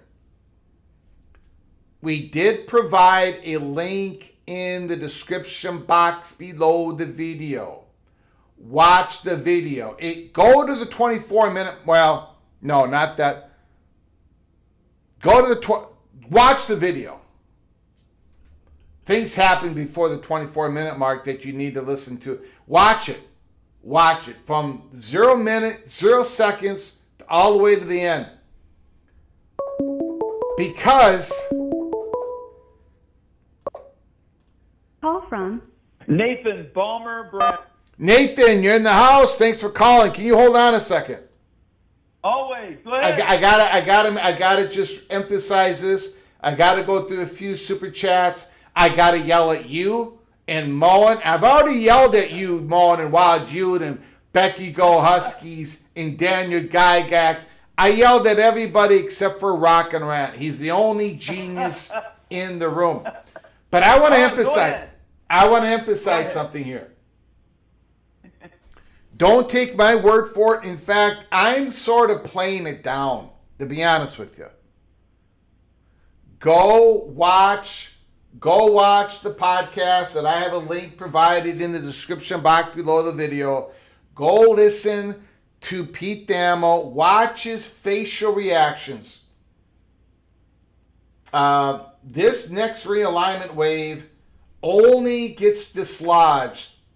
If you're reading what Pete Thamel's saying, this is going to get dislodged by a decision in South Bend in which they do not have to make a decision now, Notre Dame, because the ACC's not collapsing, or by the decision of North Carolina in which they are paralyzed right now. So go listen to Pete Thamel. Do not take my word for it. We've got Christopher Hooter.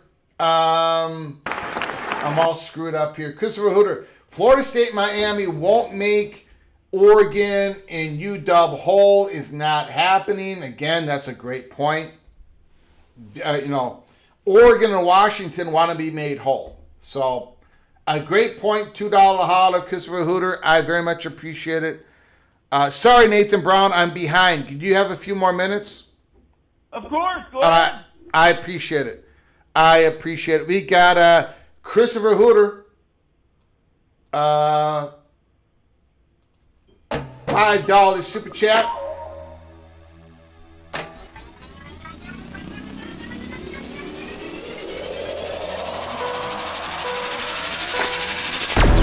Christopher Hooter feels for Morris. I hear his frustration, but this is just more Florida State ACC buyer's remorse. 1990 ACC over the SEC. That's a decision the Florida State made. Florida State's got nobody to blame but themselves. Thank you for the $5 holler. I appreciate it.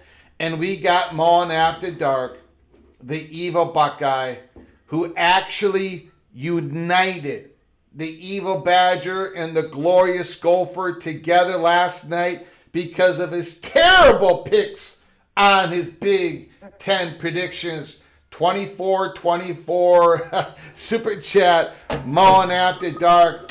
My goodness. Hold on, everybody.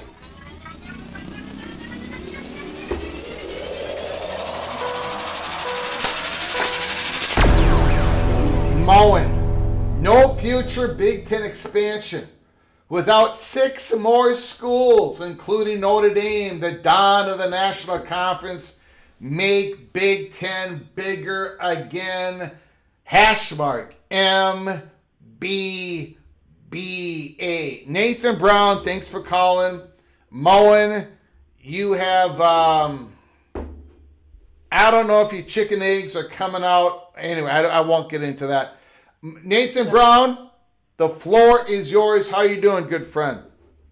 I'm doing well, Greg. Thank you so much. And you are a good friend. It's a small community, and I think we do a pretty good job keeping everybody together. So thanks for a little of your Saturday afternoon. Appreciate it. So first of all, I got to go against all this. I didn't know I was calling into a firestorm. We call it as we see it in college football mafia, even when it goes and carries a lot of weight. So I'm just standing up for the rest of the team and me. At the end of the day, we all know preseason picks are nonsense. Let's play some football games and get to where we need to be. Oh, yeah. Let's go. Let's go. All I'm saying is this, Nathan. All I'm saying is this. My beloved Minnesota Golden Gophers have finished in the top half of the Big Ten in the 2 years of the 18-team existence. Correct? Correct. Yes. Correct. Yep. This year, the Minnesota Golden Gophers have got a Drake Lindsay quarterback who went through fire and hell, brimstone, last year. Threw 18 touchdowns, 6 interceptions as a freshman. Minnesota Golden Gophers were dead last in the Big Ten in rushing yards. Their top 2 running backs, one with a broken leg, the other one had soft tissues. We did not have a running game at all. We didn't even have a wide receiver 1 on our team. Drake Lindsey carried the Gophers to an 8-5, 7 bowl games wins in a row, 9 overall in a row. Nebraska hasn't finished above 500 in the Big Ten in 9 straight years. They lost Gillen Raiola. We kept Drake Lindsey going into the second year. They lost Emmett Johnson. We finally got a healthy Darius Taylor.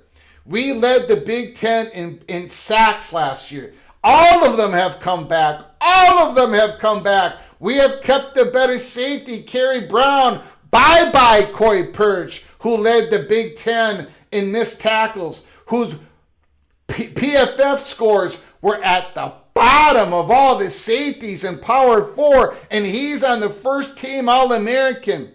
None of you.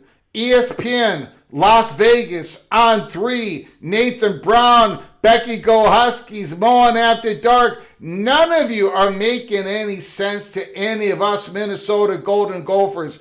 You all are sleeping on the giant Golden Gophers. You are correct one thing, Nathan Brown. You are correct with one thing.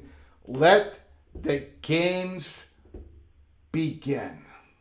Yeah, for absolutely sure. And I just want to be very clear. I ran last night. I ran through all the autonomous 4 leagues. Everybody knows what those are. And of all of them, the Big Ten was the hardest to pick. Yeah. I think you could go 10, 11 deep, and depending on bounces of the football and everything else, any one of them could either get to an extended 12-team playoff or the Big Ten championship game. I would even say that the Big Ten championship game almost doesn't need to be the goal. The goal is to win 10 games and make sure you've got high-profile wins under your belt, because if you go 10-2, there's a high likelihood you get it in the playoffs, depending on what goes on in the SEC that year. So I am not picking against Minnesota. I'm more confused with the chaos that is the Big Ten. Well, no problem. I mean, look, at the end of the day, Nathan Brown, I'm sitting here casting judgment on all of these teams, right? Because that's what we do. Right. So if I can't take you guys casting judgment on my team, well, then I should not be in front of the microphone. But I got to tell you, last night I'm laying in bed with the little general and I'm watching all this unfolding on the Great College Football Mafia show. I had to lay it into you guys tonight because, look, you guys are going to have to invite me on, and we're going to have to talk about the Big Ten. That's all I'm going to say. Yeah. All right? Yeah, we will do that. In fact, I'd be happy to set that up really, really quick. All right. So let's talk offline. All right. Appreciate it. Anything else, sir? The reason I called in is I want everybody to close their eyes, and you're sitting in your favorite car from when you were 19, 20 years old. You're listening to great tunes. You're imagining the future, and you put your school in the same position that Notre Dame has found themselves in 2026. Yeah. And tell me that isn't the one, that future isn't the one that you desire. Is it Notre Dame's fault they've ended up in a position where everybody's bent over for them? I would say absolutely not. They're taking advantage of what has been given to them, and it's really everybody else's fault for not holding them accountable. So just like I said on my members-only video earlier this week, don't hold the soldiers accountable for judgments and decisions made by the government. The same storyline goes with holding lawyers as the big problem with the PCSA. The problem is with our legislature and the absolute lack of trust that the NCAA and autonomous conferences have had over the last several years. It's nonsense to hold the athletes who have to work in the system or the lawyers who have to try to enforce those rights as the problem. The problem is with the A4 conferences and their situation and how they put Notre Dame in that spot, that at the end of the day, everybody just, there's no reason to do gnashing of teeth with Notre Dame, because at the end of the day, unless they're held accountable, they're doing exactly what I would do, and that is go out and win 10 games, have 3 or 4 real good games on the schedule and get into the playoffs every single year because they have that MOU saying make it to the top 12 and you're in. So I'm just trying to get everybody to refocus on the actual, nuts and bolts of what's going on here. And blaming Notre Dame it should be an afterthought, not the cause. Well, I agree with you. I really have no anger at Notre Dame, and I really don't ever express it here. I do believe that the walls were closing in when it looked like and I still think it's going to happen at some point. If the ACC collapses, then Notre Dame is looking at a completely different world. Right. But I give Notre Dame a lot of credit for maintaining their ability to have just a good enough Tier 1 contract with NBC. The ACC network has worked out beautifully for Notre Dame. Now, Notre Dame did not like the hockey conference that they were in, so they moved to the Big Ten. So Notre Dame will move if things do not work out for them, but the way things are, it's working out for them. The top 12 thing in the playoffs, if we do expand to 16 or 24, that is going to be taken away. They're going to be treated like everybody else. That's not going to be part of it, of course, anymore. But I agree with you on the whole. I don't have anger towards Notre Dame. The ACC has done everything for. The ACC has been a great partner for Notre Dame, but the relationship is horrific right now between the ACC and Notre Dame. Right. So, Yeah, I think we're on the same page. Your viewers are our viewers, and they're the smartest ones out there, and they can see through the fog and the mist, and they understand where the football is going to end up lying. I'm just talking to the people that haven't been paying attention, maybe want to get caught up, and if you're just watching headlines that say college football and realignment and consolidation and PCSA is all at the root of evil is Notre Dame, I would just tell everybody that is absolutely not the fact. And I would pose a challenge, Greg, and then I'll take off. That challenge would be to any school who feels like they can go independent for anything longer than 2 years, I would tell you buckle up, because that is the hardest thing to do in college football today, and I would find it extremely difficult that would happen. So I appreciate your time, Greg. I appreciate it, sir. I agree with you. Absolutely. Thank you, sir. All right. Well, tell the little general I said hi. I will. Thank you, sir. See you later. Bye-bye.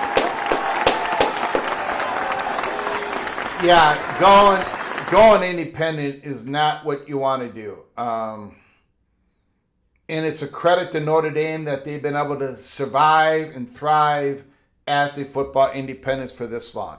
It's a credit to them. So,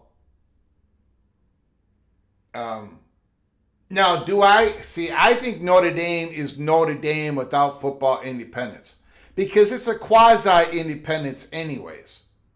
They do not have complete control of the entire schedule.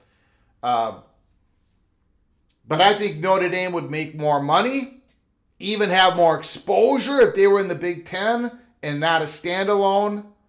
But again, independence is very important to Notre Dame. So we've got a super chat, $5 holla from Jacoba Cat. Holy smokes. The Iowa Hawkeye.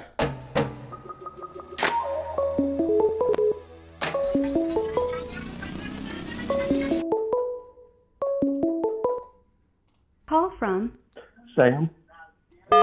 Can you hold on for just one moment, please? I sure can. I appreciate it, Jacoba Cat. $5 holler. In regard to the Gophers Michigan game, the only jugs in Minnesota will see when Greg sunbathes at Lake Winnebagosh. Thank you, Jacoba Cat. I appreciate it. The Little Brown Jug is coming home. So, and it's going to stay home because, yeah, it's being brought to Minnesota because the game's at Minnesota.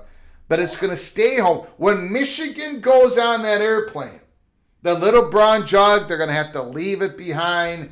Thank you for the $5. How to Jacoby Cat. I appreciate it.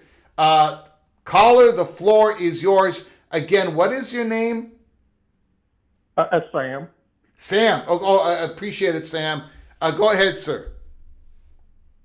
Yeah, I've called before, and Yep.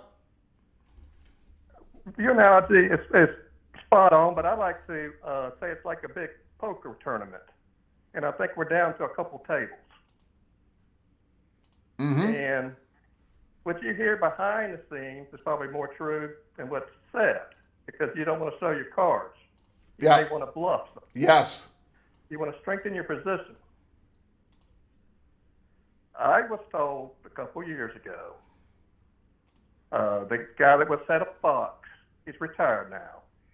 He said a few things you probably shouldn't have said, that Southeastern Conference, Fox, and ESPN did not want to do anything until 2030.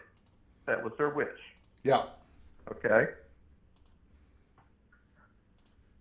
And ESPN would like to keep things status quo until then.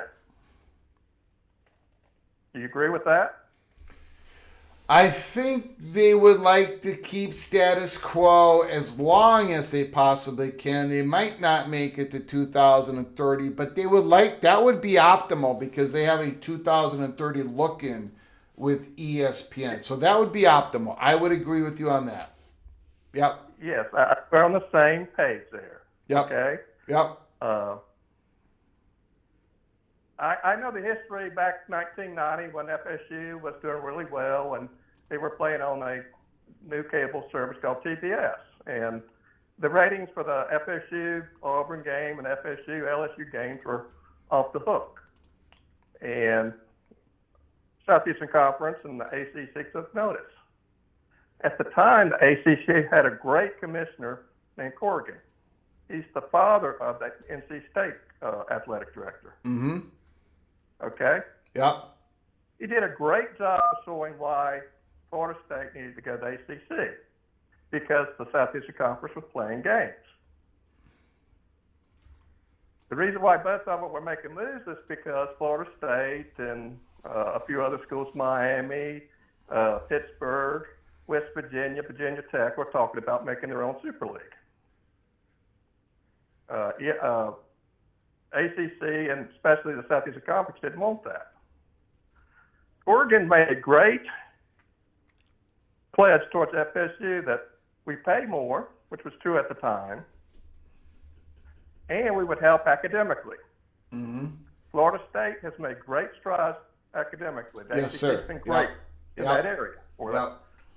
But fast forward, the guys after Corrigan have been terrible. They've been holding on to the past instead of the future. Some of the schools in the past, Old Guard, didn't like that because FSU, Clemson was behind FSU the entire time. They were the ones who helped get FSU in the ACC. Mm-hmm. I worked at a golf course, and the Clemson fans would come down here, and they were basically, making their case to FSU fans that you need to join the ACC. We need you, or we're leaving if we don't get you. So, FSU and Clemson, FSU and Miami. Miami's been very special to FSU's start from the beginning. They've always had a great relationship. Yep. That's true. That was also part of the deal. Southeastern Conference said, no, we're not taking Miami. ACC says, yes, we'll take Miami, but it'll be a couple of years. Well, Miami did really well in football in the Big East, but they were getting killed in their baseball, which they had a great tradition in baseball, if you remember. They started up in basketball. Every sport besides football and basketball, they were getting killed in the Big East. So the travel, okay? Yep. So Miami and FSU have been working really hard the past 5 years to be a package deal towards the Big Ten. They've been working with Fox. Fox wants this. I know that for a fact. Because they want to get in the South and they want to get into Florida. But you got other people with other things and other needs, which you've stated perfectly. Mm-hmm. Okay. About 2 years ago, well, the past president of Florida State was the Senate president of the state of Florida.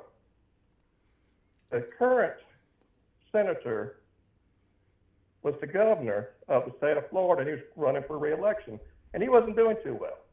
And then the president of the Florida State took over his campaign, and that's when Florida State started getting the funding to be a co-flagship university. Okay? He turned his about face and funded Florida State, did Florida State well.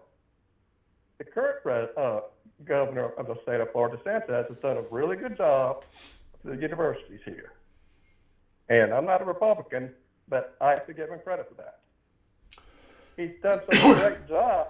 He's basically pulled Florida State up even more so. And this deal's worked out through the hospital, FSU Health. That's one of the reasons why we've got FSU Health now.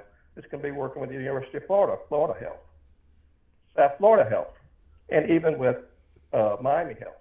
There's a system there, okay?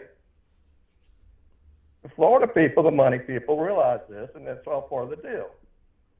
Where Florida, UF Health is expanding to Jacksonville, and FSU Health is expanding to several places, including Jacksonville. But part of the deal was, and Florida's getting paid, or the research money is well worth it for University of Florida to be on FSU's side now to sponsor FSU into the Southeast Conference, because it would be better for Florida because of research and the money. I've heard all of that. Yes, all that is true. Yes, sir. Okay. Yeah. Florida also then if it goes 9 games, and may end up going to 10 games, conference games, Florida has to play FSU every year. That opens up a spot for Florida, okay? There's a long history everybody knows about where Florida hadn't played anybody outside the Southeastern Conference of the state of Florida for 30 years until they played Utah. It's because they just couldn't get out of it with the game in Jacksonville with Georgia, okay? Meanwhile, you got people in Miami and Florida State been working together with the Big Ten. That was another reason why the Florida people had no problem with FSU joining the Southeastern Conference. Their wish is that they know if FSU joins UF in the Southeastern Conference, it will strengthen UF. They know if Miami and FSU go to the Big Ten, it will hurt Florida because Florida will become a Big Ten state. It hasn't been the case with ACC, but there's so many alumni down here from Big Ten schools. Yeah. Yes, sir. Ohio State, Penn State, Michigan State. I mean, you go down the interstate, 75, the Sarasota, Tampa. That's Big Ten country. You go down Interstate I-95. That's the New York area. That's alumni from that area. There's just so many people down here. When I graduated from high school, there was 10 million people in the state of Florida. Now there's almost 24 million. Yeah. Most of these people are up from Big Ten country. Mm-hmm. That's what I'm saying, multiplier effect. Yes.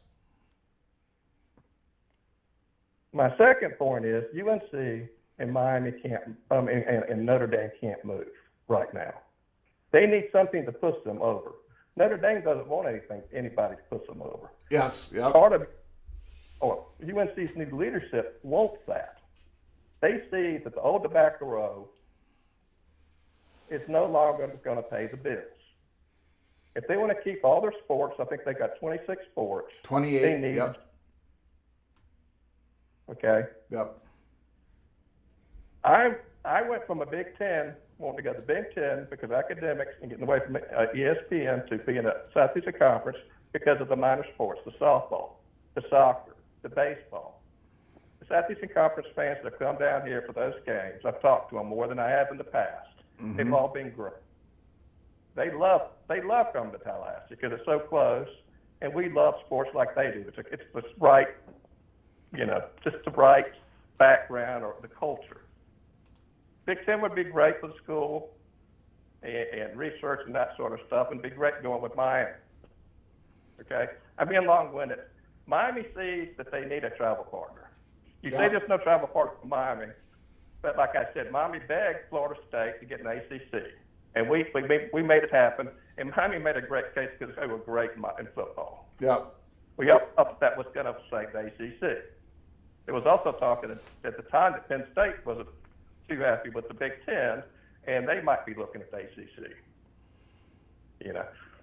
But my whole point also is, whenever you move from an area that you're isolated, like Miami would be, the only school down here, that would hurt them.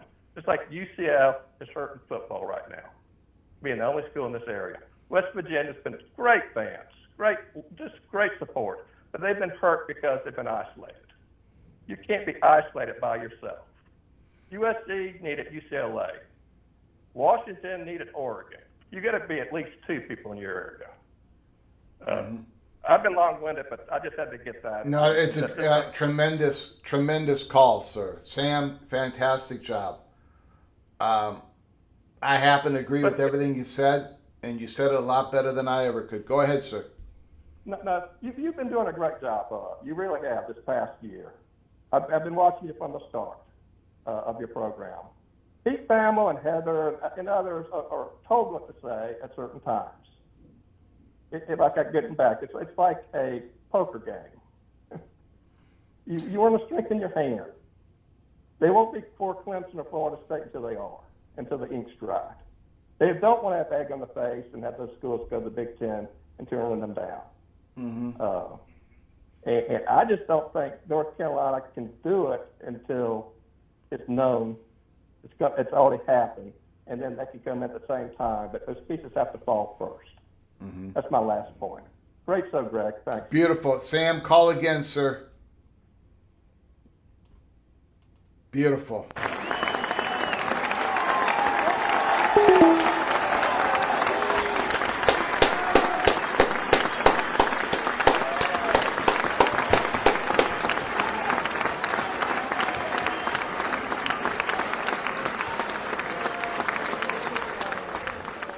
Wow, what a tremendous call by Sam. That's why we do this channel. That's why we have open phone lines.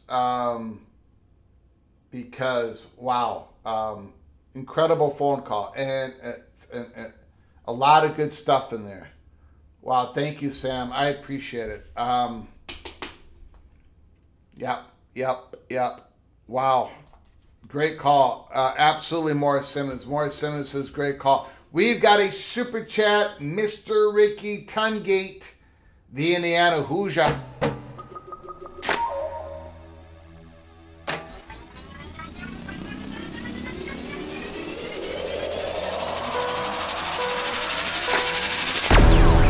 Great. You said you were surprised about the Big Ten Big Scoop a few shows ago. Yes, I did. We often talk about the SEC Big Scoop. A door was open to us. Somebody wanted to reiterate to us that the Big Ten has been flirting with their own Big Scoop. But again, that Big Scoop has to have... It's not going to be done without a Notre Dame or North Carolina. So we're back to that same point. But yes, Ricky Tungate, you're absolutely correct. There's been a lot of war gaming Big Ten Big Scoop. It's why they have such a big candidate list. The Big Ten has never said 20 and no more than 20. Big Ten doesn't do that. They haven't said that. I don't think, they haven't said it publicly, and I don't think they've said it internally. Now, if I had to put my chips to the middle of the table for everybody that I've talked to and listened to, I would put my chips in the middle of the table of an expansion of 2, a small scoop. But I could be wrong. My last prediction had 4 schools in the Big Ten expansion. That prediction that had a 1% chance of getting right. So, but you are correct, Ricky Tungate. I was reintroduced the war gaming of the Big Ten Big Scoop is real. It has happened. It is real. And it's a possibility. I don't think it's the chalk, however. Thank you, Ricky Tungate. Thank you so much. Oh, we've got the Sun Devil Sooner. Cope is in the house. $10 holler. And I think Cope is probably a little mad with me.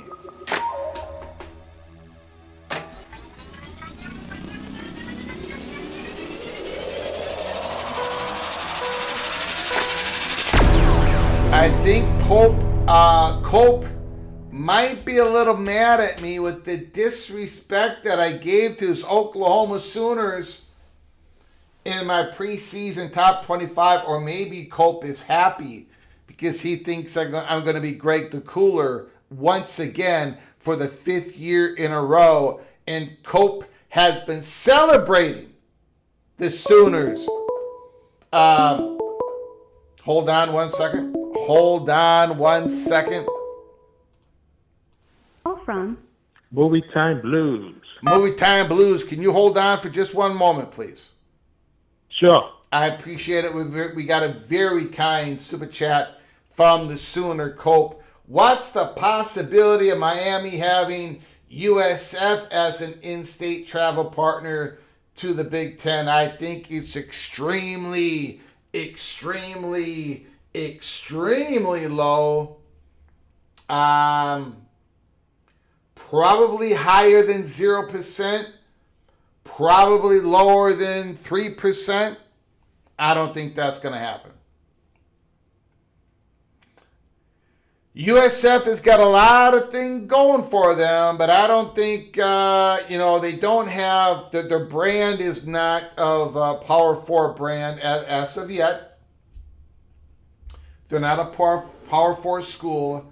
I don't think the media companies, that doesn't help Washington and Oregon get the whole.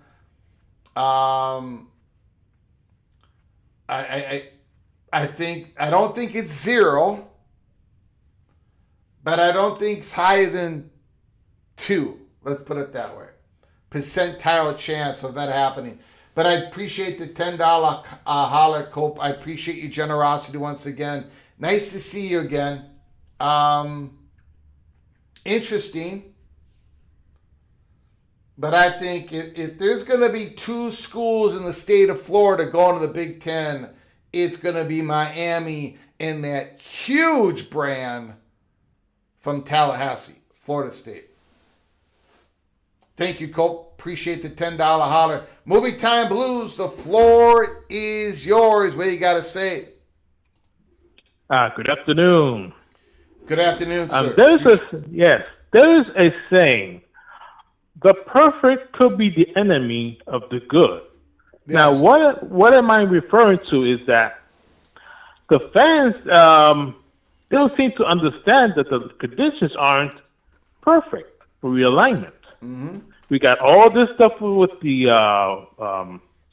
NIL, the antitrust, the playoff discussion.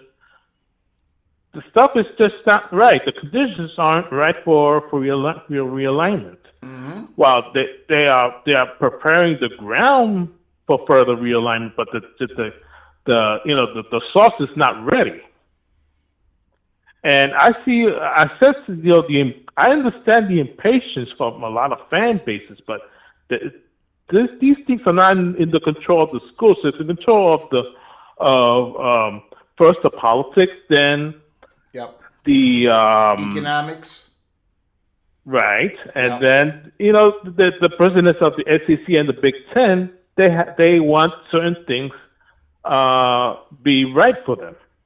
These people are very low to have. If they have like $10 less than the previous year, they complain like it's nothing else. So if they're gonna spend, they want to make sure they don't lose money. Mm-hmm. So it's just not the right time. And like I said, I understand the frustration, but you got to be patient. Yeah, it has not been the right time. You are correct. Nothing has been imminent for the last 3 years. You are correct, sir. Yeah, just to remind people, just hang in there. It'll come soon enough, and then when it does come, it'll be a shockwave. Mm-hmm.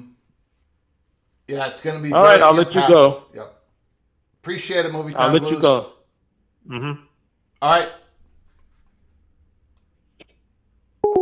Love it. Movie Time Blues, long time legendary caller.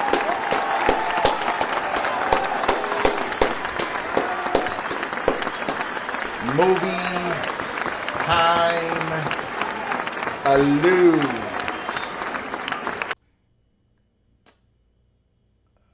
We've got an Evil Badger. We've got an Evil Badger super chat. And right now, this isn't going to last very long. But right now, the Evil Badger and Greg the Gold, we are united. We are united against those terrible predictions from the College Football Mafia show. We've got ourselves a $2 holla.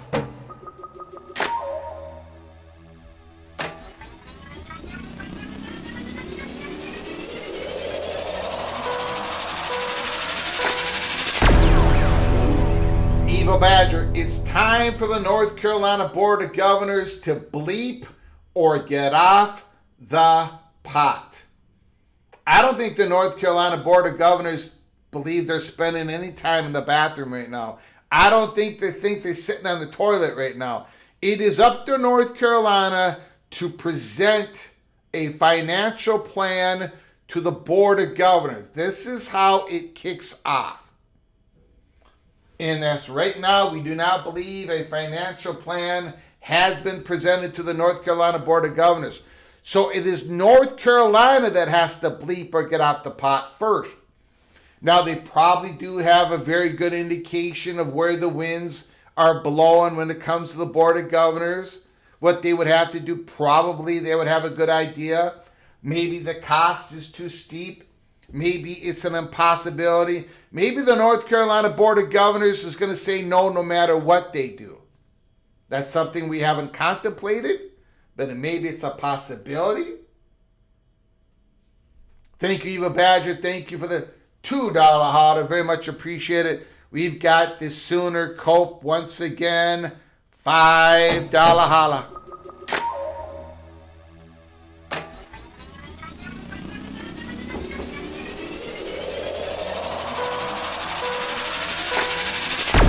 Sooners, hard to kill in 2026. Still Greg the Gold in 2026. Good luck, Gophers. I love it, Cope. Cope is basically saying, look, you screwed up the Sooners pick, but you got everything else correct. That is what Cope is saying.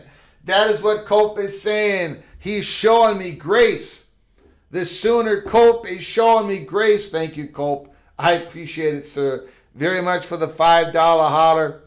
Thank you very much. Secretly, Cope is sitting there going, this fat guy from Minnesota is a complete moron. We're going to be great, but I'm just going to tell him that he's fine. He's going to be Greg the Gold. Hey, Greg, you're still Greg the Gold. You're still Greg the Gold. Thank you, Cope. Thank you very much. Appreciate it. We got Christopher Hooter, $2 holla.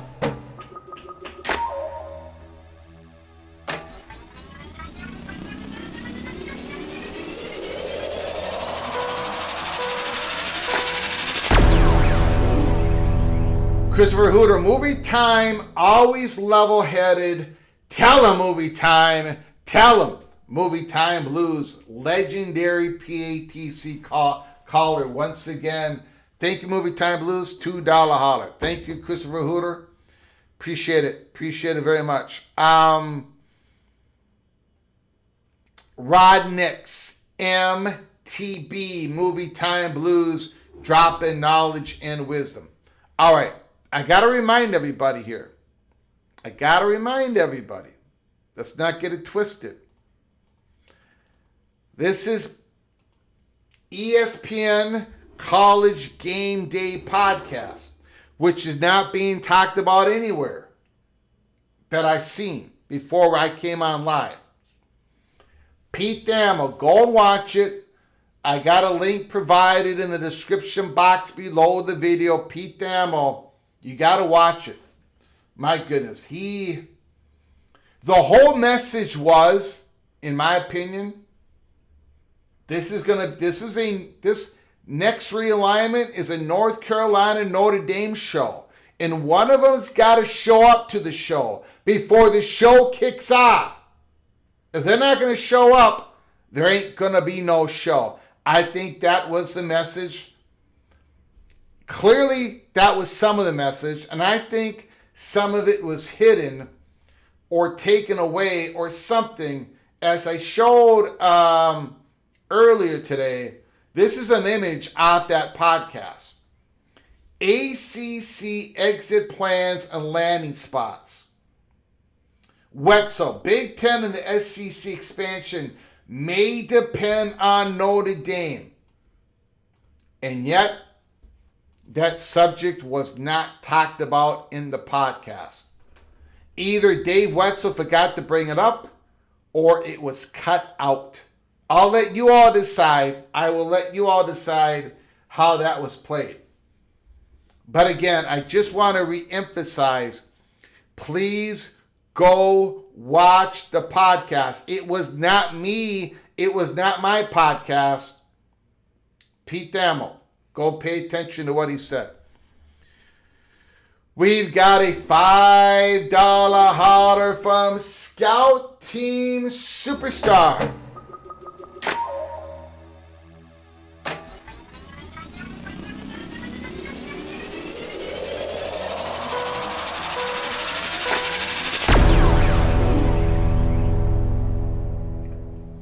Scout Team Superstar, thank you for dropping in. Thank you for the $5 holler. To jump into a P2, a university has to be ready to jump.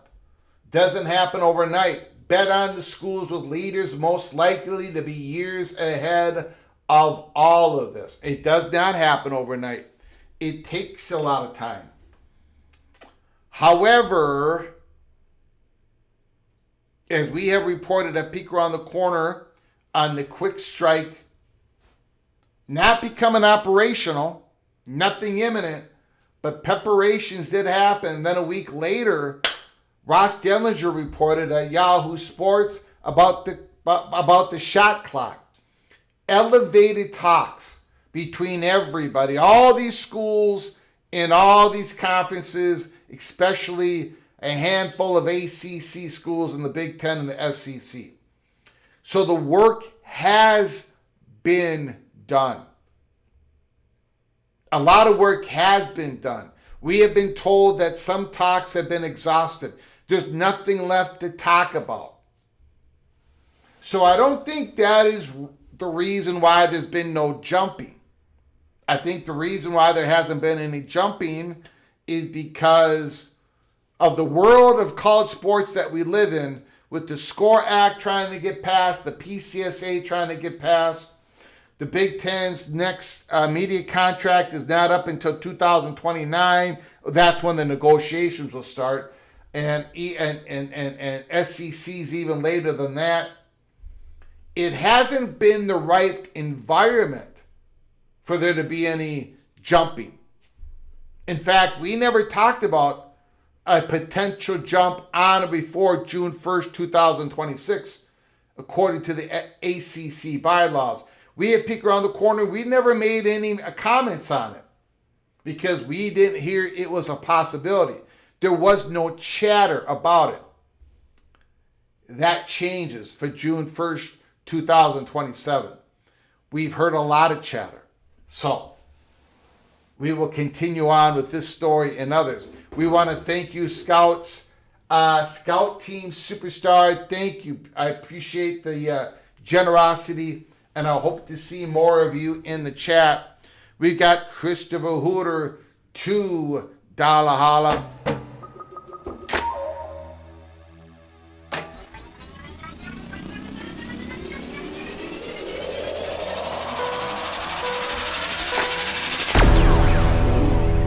With the unequal ACC distribution, where is North Carolina's money? I'm not quite sure what you're trying to. No, I don't think North Carolina has been doing all that good with the Success Initiative unequal distribution. I don't think they've been doing good for the first couple of years. I don't think so. Miami did great. Clemson did really good the year before that.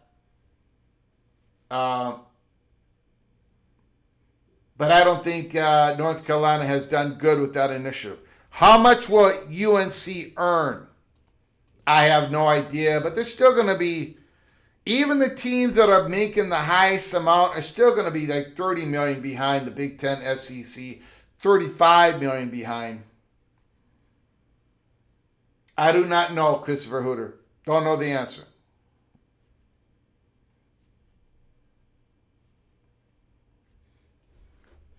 I think we got to lock it up here. We've been on the air for 2.5 hours. And I got to pick up the little general in 33 minutes from now. I got to get on the road. So I do want to thank everybody for joining us. I'm sorry I could not get to all your comments. I did get to all your super chats. I do appreciate it. Andrew French, Stephen, Eva Badger, Christopher Hooter, Mohr After Dark, Jacoby Cat, Ricky Tungate, Cope, Eva Badger, Cope, Christopher Hooter, Scout Team Superstar. Nice to see you. And Christopher Hooter, thank you for your generosity. I appreciate it so very much, helping us keep the lights on and grow the channel. We did an early Saturday live show. I appreciate all of you coming in. In 2 weeks from now, our Saturdays are going to be filled with college football, watch parties, aftermath shows. I hope you stick with us because it's a lot of fun. We talk college football. We celebrate together. We cry together. We open up the phone lines. You can celebrate with your team. You can rip on your team. Everything in between. College football, peek around the corner. Thank you for joining us. We'll see you tomorrow on a Sunday live show because Sunday, August 16th, is another beautiful day to talk college football. Until then, from all of us at PATC, to all of you, please, you all take great care of each other. And as always, God, family,